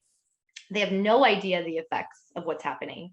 And so I think on top of resources, finances, right? That's obviously what you guys are saying. This is definitely going to represent a strong correction in finances, big time, especially with that Aries Libra energy, bringing in the need for freedom and the need for justice, and also potentially doing so very hastily with Saturn, and also drawing it out too, like, oh wow, this is going to be quite a long dip in the economy, right? And so we know it's kind of flowing, and that things like the stock market would be what we're talking about, flowing, right? Not your cash flow, but the stock market, the authoritarian monetary supply, the oligarchic monetary structure.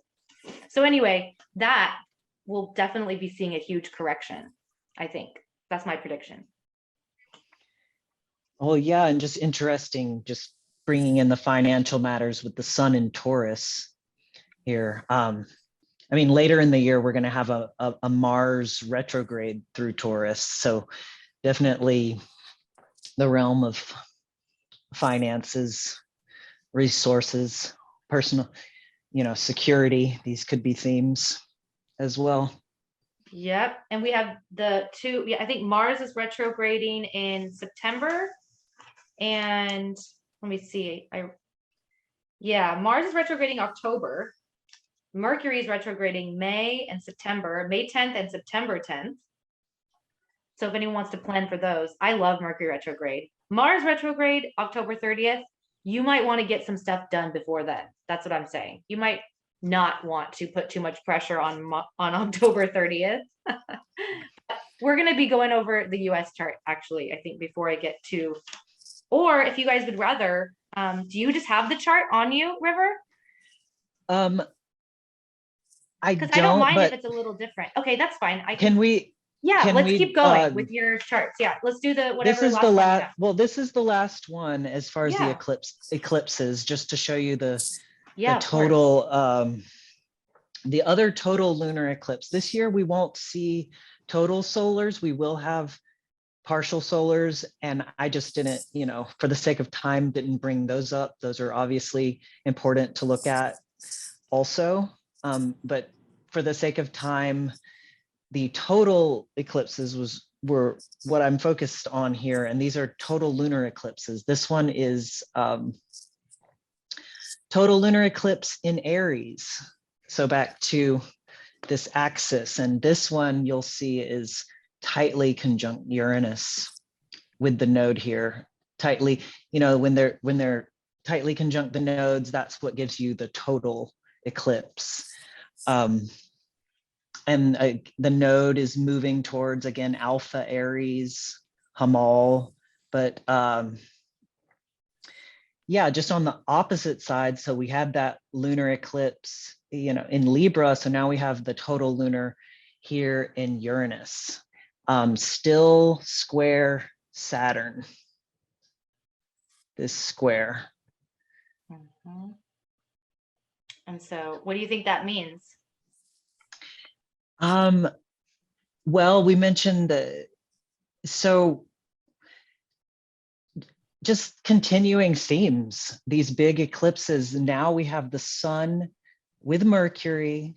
So it's a sun-Mercury conjunction at the lunar eclipse. Venus is in Libra. I mean, look at all this Libra energy. These are the Zubins, Zubin El Shamali and Zubin El Janubi. These are the scales. And we have all these planets right at the scales. So what do you think is going to be happening around that time? Well, I just think that I don't know about specifics. The parameters, I think, are what were set up in the previous eclipse. Everything will have a different flair, but I think the themes of Saturn and Capricorn in a square, ongoing square with Uranus. I mean, for the moon to light up Uranus, I think the emphasis is this Aries energy, but how it's like receiving the light from all this cluster in Libra. So there's that. But there's also who's the ruler of an Aries eclipse? It's Mars, and we just mentioned Mars going retrograde. Here's Mars, and this is a really interesting placement for Mars, because this is the point directly opposite our galactic center. This is the galactic edge, and Mars is going to be starting the retrograde here, approximately. Like this is the approximate area of the beginning of the retrograde and the horns of the bull. But this is like a particularly charged part of the sky, the galactic edge, the galactic anti-center. I just feel that this time, this eclipse, there's a cosmic level to it, and of course, but especially with Mars in this exact placement as the ruler. Like, what is at the galactic edge? To me, this is like the window out of our galaxy into other fields of consciousness. And just powerful. When Mars is retrograde, Mars is coming closer. The closest Mars gets to the Earth is during the retrograde. So it's a very like Mars energy in this, in the horns of the bull, like taking something, by the horns of the bull, by its horns. Like this is a very determined kind of energy that Mars is going to be like. This is reminding me of the last unicorn, when the red bull comes and steals all the unicorns and brings them back into the underworld. Yes. This also is reminding me of the fact that whenever there's a big retrograde, like with Mars, that is a really big deal. everybody wants to get their stuff done before that, because then we're going to just feel more lethargic usually. And we're going to be preparing for a complete up leveling wherever, just like imagine right now where we just went through Venus retrograde and now we got through it and we're really going to be reaping those benefits. So many of us with this Mars retrograde, when it's over, will be really like catapulted into that new direction.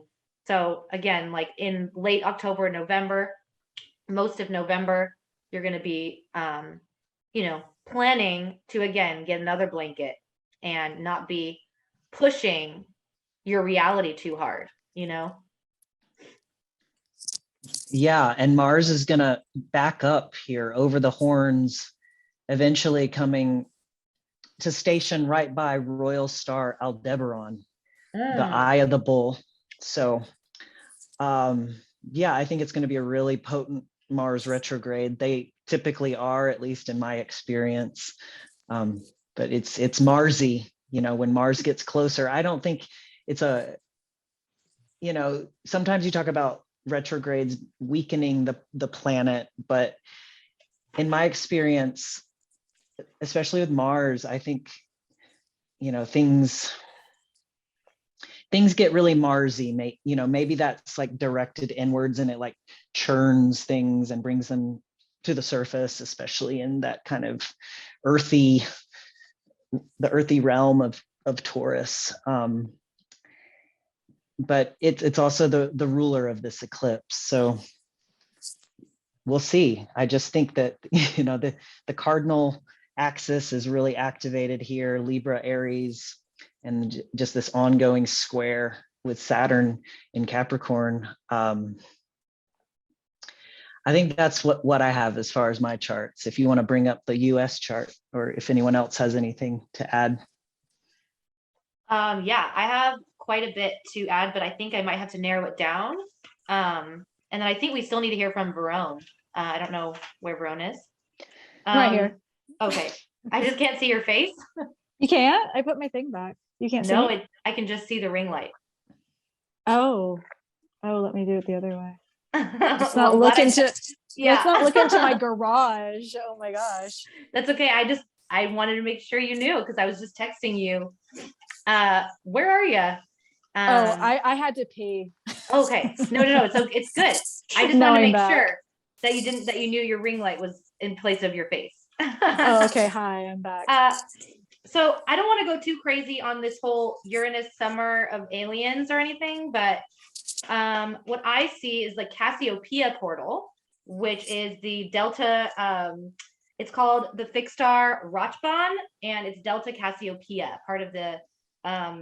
It means whose words excel. Now, Cassiopeia, we don't need to get into everything about everything. You guys know we all do mythology like crazy here, but essentially, in my eyes, it represents the Aries stargate of the freedom, and it represents actually a woman, Andromeda, the Andromeda star system, the Andromeda star people, who are known to be very free flowing. They don't want to make plans. So remember that this energy of Andromeda and of the fixed star Cassiopeia and the constellation is basically a time where we are, and again, this also has to do with Medusa and Perseus, but essentially it actually is Medusa that saves Andromeda, who an oracle said that she would be dead. She would be sacrificed. So her mother, Cassiopeia, who is a vain queen of Ethiopia, said, hey, we're going to get, I'm sorry, she didn't say anything. Perseus got Medusa, whose stare actually killed this sea dragon who was sent to kill. So anyway, that's not the point of what I'm saying. I'm just reminding you guys, Cassiopeia is a strong stargate occurring in July. And I guess I will pull up the chart. Cody, even Cassiopeia, the constellation, is a woman breaking from chains. Like, yes, it is the a chained woman woman. breaking from. River, can you please allow me to be the host again? Yes. Can No you see worries. my face, or am I like Yes, the ring yes. light still? Okay, I yeah. can So see- it's like I can can see see me. you. Okay, so I don't know. I can see the ring light. So yeah, thank you. You too. So it's the woman breaking from the chain. So even with all of the like Saturn and Uranus and these portals opening up with Aries energy, it's like we are breaking from our own chains. We're breaking from the things that held us back. We're breaking from systems and governments and ideas and thoughts that have been holding us back. So like I really see that portal, that Cassiopeia portal, being another layer of this, to be like, how can we work with these energies to like liberate us from the things that have restricted us and our ancestors for so long, and the future selves? Like, how can we really break free from all of these energies? I love that's coming in. I wasn't looking at the Cassiopeia, but now I'm tuned in. Got your attention there, huh? Now I'm tuned in. Trying to replace yourself with the dummy, like, oh, this is me. Yeah, just kidding. You're like, I didn't mean they to. they won't notice. I'm just a light I now. So I'm sure I like to play up my like I'm a dumb blonde who just happens to be kind of nerdy thing. So sorry if I kind of say things and say the word like a lot and all that, but if anyone needs me to, go back and reference anything, please let me know if I'm moving too fast when I speak. But essentially this Cassiopeia portal, why it's so important, you got to say that like 7 times and then you'll really be going somewhere. You're going to be seeing it aligning with Uranus. So let me get that for you, because this is not that. I have all these other things in here, but we do not need to get into that today. Where is it? This is the 2/26. Now, I just had a friend remind me that the 26 is a very auspicious number. It's a tough day sometimes, depending. Where is this? Oh, here we go. Uranus conjuncts the North Node. Anyway, here it is. So basically, this is it. This is the day, July 26th. What is that day? Well, that's modern day Egyptian New Year. That's the beginning of the Lionsgate portal. That is the day that we start to see Sirius rising. That is how the Egyptian calendar was formed. Today we would follow that. That's right around the times of the Mayan New Year as well. And the 13 sign, 13 moon calendar, that same thing. So this is a very big deal around this time. Please check me if I'm wrong. I believe the Mayan calendar, I believe it's 23rd or to 26th, but essentially it's always aligned with the stars, which is why those calendars tend to move much more differently, because they're literally following the stars, whereas Western and the Gregorian calendar tend to snap us in to a grid. And that's why we're trying to free ourselves from that. But that day, talk about important days. When the North Node and Uranus come together, that's a really big deal, because obviously these things happen. I don't remember when the last time this happened was, but it definitely doesn't happen every year or every 10 years. It's a very dramatic happening, and Uranus rules the unpredictable, the alien, the technological, the future. And it also is aligned with helping us. We're in that Pegasus energy right now. We're leaping from the Pegasus to through into this energy of activation and breaking free from the chains, like Verone said. But what I believe is also in predictive astrology that we will be seeing a lot of contact potentially with alien or otherworldly force, or having some sort of breakthrough. The thing about Uranus that most astrologers will say is that you can't really make a prediction about this day. And I'm like, well, we can try. We can at least prepare that something wild could happen. And maybe the wildness will be how wildly clear your pineal gland is that day, and how wild your communications are with the other side. The revolution will not be televised, okay? So unless we're really thinking like aliens landing, I think it's really more about that gentle process that you're going to be seeing unfold this year, where your communication with higher intelligence is a main theme that's culminating July 26th during this really supercharged day of New Year and the Lionsgate portal opening and all of this. And Verone, I think you have something to say, right? Yeah, it's so cool too, because this just shows how each astrological transit and happening prepares you for the next. It prepares you for the next. Like this full moon on Wednesday, right on the Lion's Gate, like tap into that, because that magic is going to help you for this gate that's going to come up. So all of it connects together. And when you're paying attention and you're sinking into the energies, you may not know exactly what's going to happen next. We're not going to know that. Like, that's just not for us to know every exact thing, but at least you can know how to orient your body and your consciousness by working with these different planets, by working with the stars, by seeing how each thing connects together. I mean, there's so many repeating themes. Everything we're talking about has all these repeating themes of like the lion and of the serpent and of like Saturn and Uranus. Algol comes back in. I mean, we have all these repeating themes. So if you can kind of look at the overarching themes and be like, okay, like I'm going to connect to my DNA. I'm going to like work on activating my pineal gland. I'm going to be in my fearless like courage and like be my lion self. I'm going to talk to my star contacts. I'm going to think about like values and justice and like how to break free from whatever is restricting you. You know, our restrictions are all different. I think we can share some, but like ultimately only you are going to know what your restriction is. And you are the answer to break out from it too. Like Cassiopeia is like, I'm breaking from these chains. Medusa is like, they're helping her. Like all of it connects. Like we are the mythology and mythology evolves. Like we are the astrology evolves. I loved earlier, Cody, you said like, we're writing the book or we are the books or something like that. Yeah. It's like, it didn't just stop back in like the Greco-Roman time. Astrology didn't just freeze then.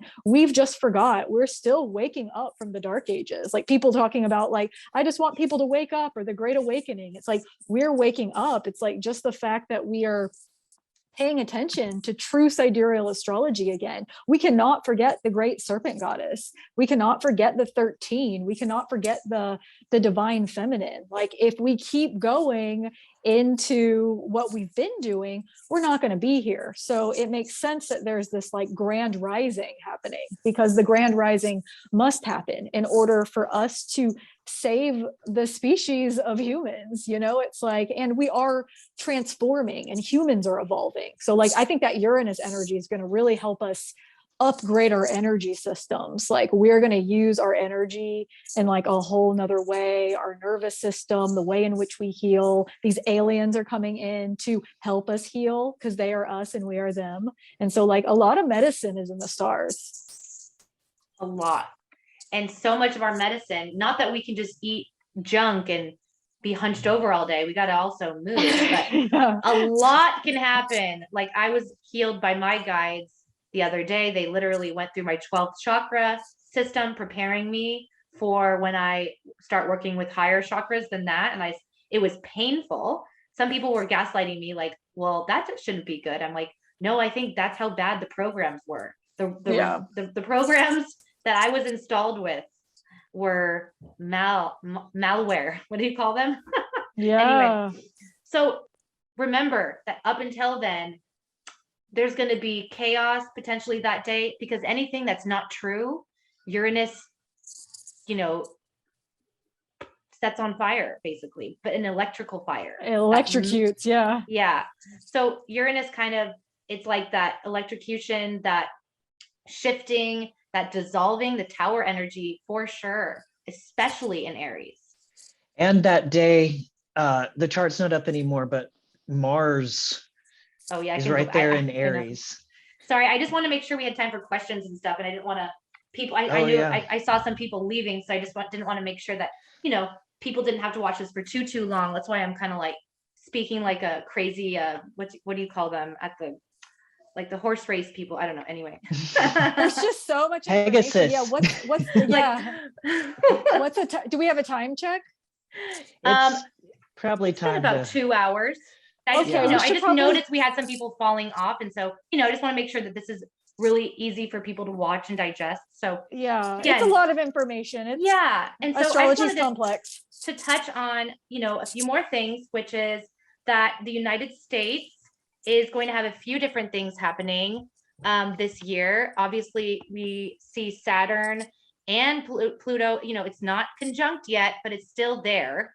And we also have the south node to look forward to, which is really, that's not going to be for probably, I don't know, 10 years from now. I don't know how long that's going to move, but anywhere from like 5 to 10 years. Then when Pluto's on the south node, but let's just talk about if this is the chart for America, right? There's lots of different ways to look at it. This is one that I choose, where it's showing the Pluto return happening in the second house of finances. So I just want to make sure everyone sees that, knows that. Probably you already do if you've been watching any of our videos before this, but this is today, what's happening. And then there was a specific day in, so Jupiter conjunct Neptune, that April 10th to 12th energy will be over here in the fourth house. And so I do think that like there's going to be this expansion of knowledge about how truly manipulative, and also how much they have kind of glossed over our truth and our eyes on things like the housing crisis, on borders, on all these different things that different sides of politics are getting mad about. But really, ultimately, people need home. People need to feel safe in America. And when that Neptune and Jupiter come together in the fourth house in April, I just feel like we're going to be seeing a huge revolution in the housing market and how we do things. And I don't know if it's for the better. I just see it as so many opportunities to manipulate people out of their money and out of their housing, but also people really using their intuition, hopefully, to guide them to where they need to be in this world, right? So I see a big shift in people being guided by the stars, just like in the Bible, right? We're being guided by the stars. Where do I go now? So I do see a lot of movement there. But the last thing, I guess there wasn't the Saturn it's in Virgo. Okay. So I forget what those eclipses were, but essentially the Aries, Scorpio, or Aries, Libra is going to be taking place 11th and 5th house. So a lot of eclipses having to do with children in America, fertility, children. We must protect the children, right? And a lot of social groups having big falling outs this year. So that's as much as you're going to get from me today, because I could go a lot crazier, but I'm going to keep it PG about that stuff, unless you guys have anything to say. Well, are we just talking about the Pluto, like I just want to make sure that they saw what could be happening in America. Like there's a battle. It's going to be all the eclipses happening with groups and with children. Totally. I think that it's so just important. Like, I think that like the Pluto return, I could talk like for hours about that, but just that there's just so much out right now showing that the Pluto return is like on the 20th or 22nd, and that it just isn't. And like Pluto is not to be feared. Like Pluto is not a planet to be feared, but Pluto is intense. Like Pluto is going to dig the shit up underneath. Like we cannot overlook that we are standing on the bones of the stewards of this land. Like we cannot overlook that this land is to the rights of Indigenous people. And I think that that is going to be a huge, huge theme. We cannot overlook the shit that we've done in this country and just build on top of it. Like Pluto will not let you build on a rotting foundation. Like it will not let you build on a rotting foundation, and the literal bones and the ancestors, they will rise. Like that magic is real. And so I just think that's a big thing to think about in everyday life, and especially where we're going. And just to know that the Pluto return is not over. Like I think there's just so much information out there, and so we're building and we're building and we're building, and the Pluto return aligns up to our next election. I really don't think that's not a coincidence. Like there's a lot happening. And so really preparing yourself with Pluto, because like Pluto can make you feel like you've gone underneath. Like it can make things feel very heavy. Like Pluto has a density to it, especially when it's Pluto on top of Pluto, but also with the birth chart being 1776 and really like these ideas and these themes of liberation and freedom and justice, because even with all of the past like pains and traumas that have happened, it's part of our history, but it doesn't have to be part of our future. So like now we're all here together. So like now what, everyone's all here together. And we have to figure out how to be able to be free individually and then also free as a collective. If we're gonna stay a country, I do think that there's a possibility that there could be like a breaking down of the United States into maybe smaller areas. Maybe who knows, like that could be like something that happens. But because soon after the Pluto return, we go into the Uranus return. So change is coming. And change, a lot of times when it's big change, big change, things that we've been trying to like ignore, we're going to feel that. Like the way in which I think we live our lives and have lived our lives will probably change a lot. So yeah, like find that fourth house energy, like find that inside of yourself too. Know that it isn't just external. I really think there's so much ahead, like so much ahead. This return is only affecting the people who created the Constitution and the energy of the patriarchy. You don't have to align with the United States. Like this Pluto return is not occurring in your body. It's occurring for the powers that be that have created a flawed situation that they're going to have to deal with. It's not yours to deal with. All you have to do is follow the stars to your little home and just be magical. You don't have to experience the Pluto return within yourself. However, you're going to want to do anything that's in your way to get you in feeling best. But just remember, again, this is going to be something that's happening for a while, because Pluto is going to be, people are thinking it's like, the return's already kind of here, because I use tight orbs with fixed stars of 1 degree. So with planets, I use up to 5 degrees. So technically it is a conjunction. It is not the return. It is inching. And so we're feeling it now. We're feeling it, but we are not in it. We are not a part of it. It is happening around us. It's like every 250 years, there's generally a huge shift. You can look back to the Roman Empire, and every single time there was, one of them was the invention of bringing in Christianity to paganism to create Christmas, right? There's different things that can happen when Pluto returns. It could be the fall, right? But Rome still hasn't fallen, right? So it's America, but we're all connected, and especially America, we know.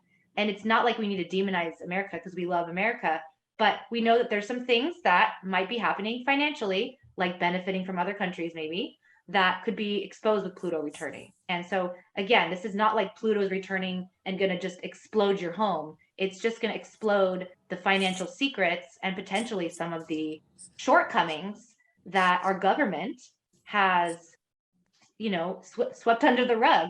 Like when Verone said, we're digging up ancestors and bones of indigenous people. They're finding skulls 5 times bigger than they've ever found. There's dragons, sea dragons that they're digging up. There's, coins that have really unknown things on them. So that's something, archaeology, I love that you brought that up, Verone, that we could look for, especially in April. And I didn't really put any dates to this. And they're also like digging up like from the reform schools, if that, they're also literally digging of course. Like, that's been happening all year. And I feel like there's more of that, because they've only looked in certain areas of Canada, and like, look how many, like we're at like 13. That's just what the media will allow, imagine so start digging in the United States, like where else? And I think once people see the like magnitude, it's like, okay, maybe like 5,000 wasn't very much, maybe 10,000. Okay, let's get into like 100, 200, 300, 400,000. Let's get into like, to really see how big it was. People need it needs to be in your face. Like Pluto, you cannot escape Pluto. There is no escape with Pluto. It may not be happening like inside of your body, but it will, because you should have an emotional response to some of these things. I really think that Pluto, you can't escape Pluto. And this is the first Pluto return that we've had, like as far as with American, like what we think America is. Like this is the first time it's happened, and I really think it's going to be like, it's going to be something for sure. And it's not ending now,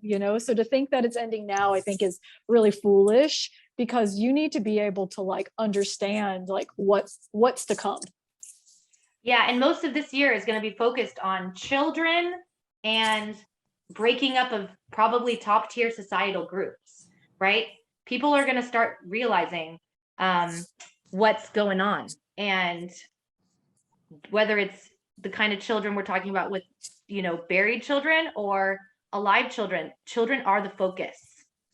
And I will see that with these eclipses for sure. And this is America's focus. Does it mean you have to be involved? Only if you want to. This is also a time for you to prepare mentally for where you want to, where you're going to involve yourself in standing up for what's right, what you want to do with your life, your family, where you want to be. And yeah, so the focus might be breaking up some more groups. So you're going to want to make sure that you don't fall into that polarity of breaking up with a friend over politics. Okay, be careful. I mean, obviously do you, but the breaking up of groups being prophesized by our eclipses this year in America, you don't want to break up your own groups. You know, allow the groups that are doing harm to break up, but you don't need to break up, especially when there's two wings to the same bird, you know? And why are they called wings anyway? I don't know, but that's definitely a theme this year, even though it's not the most favorite discussion of anyone right now. We should probably start opening this up to people too soon. If anyone has like questions, I'm gonna maybe wrap this up. If River or Verone has anything left to say about the United States, then I can kind of close my screen and we can kind of get ending on this today. I'll just add that for the actual in 2024. Yeah, here, I'll take us there. Yeah. Well, it was mentioned that the next Great American Eclipse, what they call that, you know, where it is visible in the United States, will be in 2024. And that eclipse will be conjunct Chiron and Eris in Pisces. So there's that. And when is this? 2024? Yes, I believe it's in like April of 2024. You know, our last great American eclipse was conjunct Regulus and that was like early on in the last president, Trump's presidency. He is famously has his ascendant conjunct Regulus, heart of the lion, back to that star. So anyway, in 2024, we have our next total solar eclipse visible over the United States. Conjunct Chiron, also the United States simultaneously will be going through a Chiron return. Happens every 50 years. And it's never, of course, it's never coincided with, of course, a Pluto return, because we've never had a Pluto return, but it's compounding, like the fact that we're having a Pluto return and a Chiron return simultaneously, I find really interesting, especially with a total solar eclipse visible in the United States conjunct Chiron. So, amazing. And what's so interesting is we live in the United States does not really honor the qualities of Chiron, nor, you know, it might begin to think that it understands Pluto, but a lot of these like Chiron and Pluto are so underdeveloped in the human psyche, in our realities, that I see, you know, a lot of times if you're not really developed in that energy, it could rock you, you know? So I see like a Chiron return that's like super painful. It's because Chiron is where you hide your pain, and America hides pain so well. And so do other countries. So I don't want to be bashing so much on America. Okay. just society, let's call it too. It's like very much not Chiron supportive, let's just say. yeah. Chiron return is not, I wouldn't want to go to be here for my Chiron return, you know, and I wouldn't, because,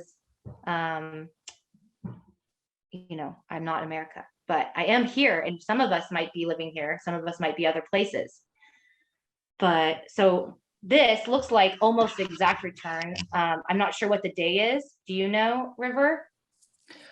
Yeah, it's the, I have to pull it up if it's the 22nd or the 20th Of February? of February. I would have Okay, to. yeah. So it looks like it's just a few days after this. You can see it's almost exact here.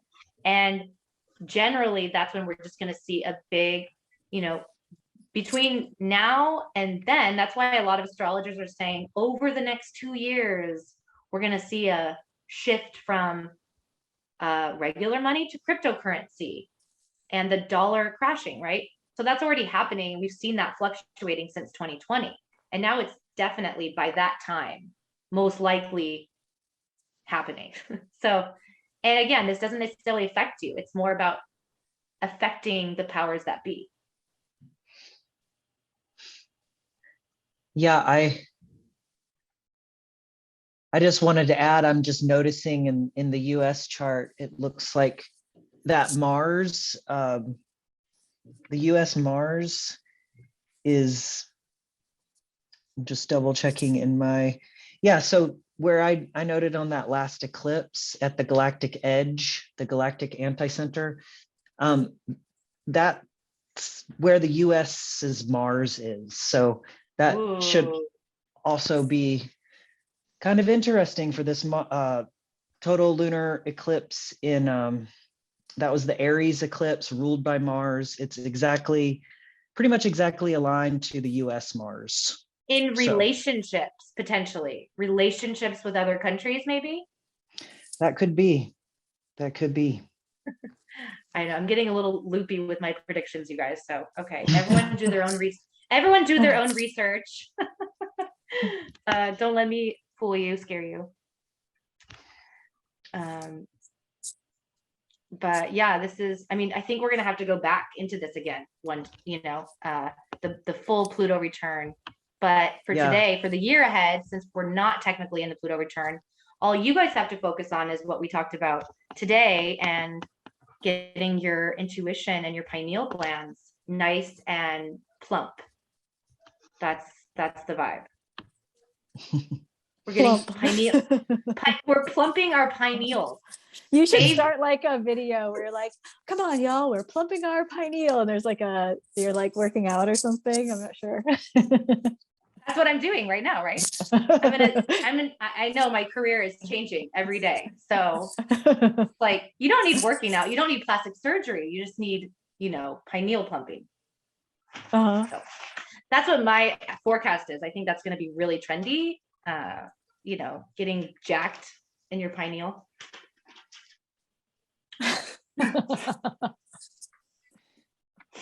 Oh, happy Valentine's Day, everybody. I don't know if you celebrate or not. I know it's just a holiday that was designed to create more Scorpios. They're But- celebrating it with us.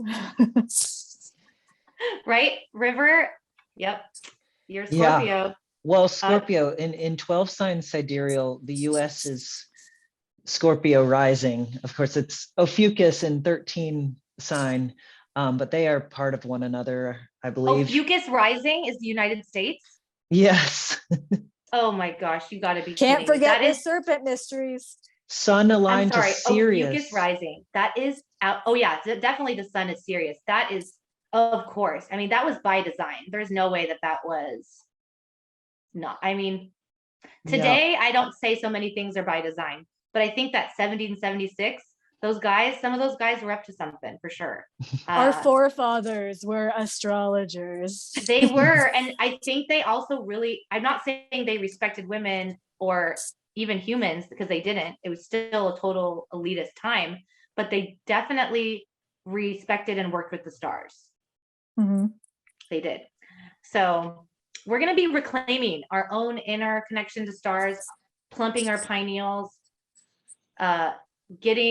keeping our friendship circles strong and our communities strong. Because remember, we can bash the government, but it's really about community level government that we are experiencing, that we experienced over the past few years when the North Node was in Gemini, going into that community activism, creating smaller communities of people living together.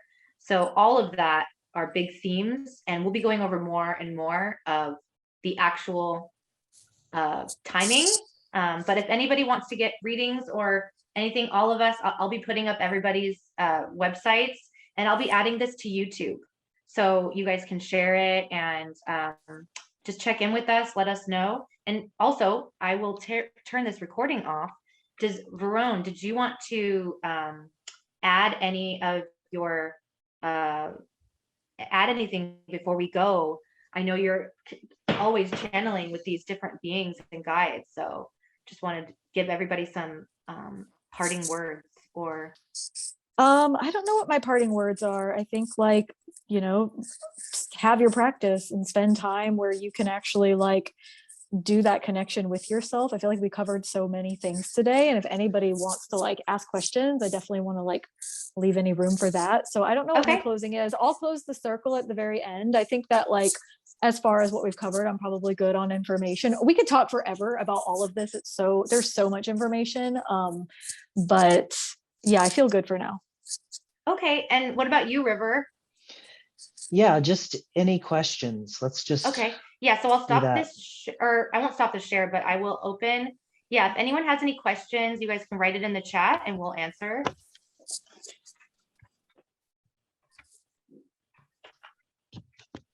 I know we went over quite a bit, so no worries.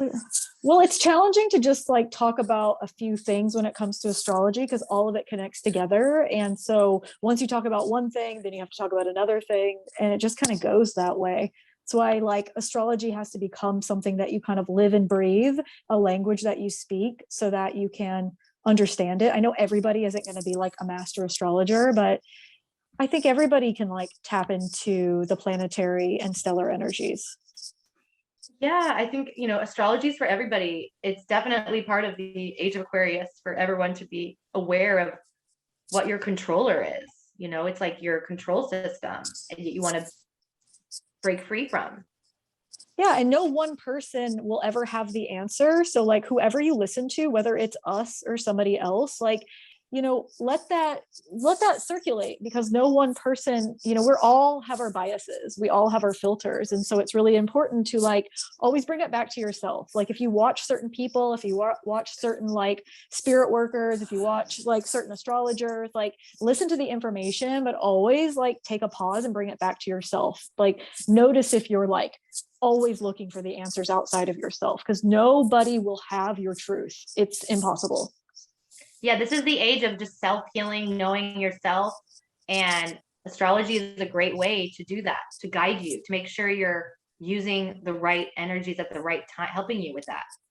It's a great little cheat sheet when you're like, why am I so traumatized? What happened when I was younger? Where am I from? Where am I going? It's a great thing. I know you guys are like, yeah, we're already sold. Clearly we're here. I don't see anybody hasn't written anything. Maybe there are no questions. I answered some of the questions earlier. I mean, yeah, I feel like if someone said something, if someone has a question, we can answer it. Otherwise, we will be doing something like this again. Yeah. And yeah, so thank you guys so much. Thank you. Thank you for Yeah, everyone. thank you. Thanks so much for see you all listening. next time. And then we're going to close the circle, right, Ron? Oh, yes, we're going to close the circle. So I thank all guides, guardians, beings, angels, and starry beings for being here today, holding space and protection. And I release them from the circle. And I thank all elements and directions all around for holding a safe container of protection, starting with center spirit, north earth, west water, south fire, and east air. And the circle is open, but all of our hearts remain connected. And yeah, blessings to everyone. Happy Valentine's Day. Happy Valentine's Day.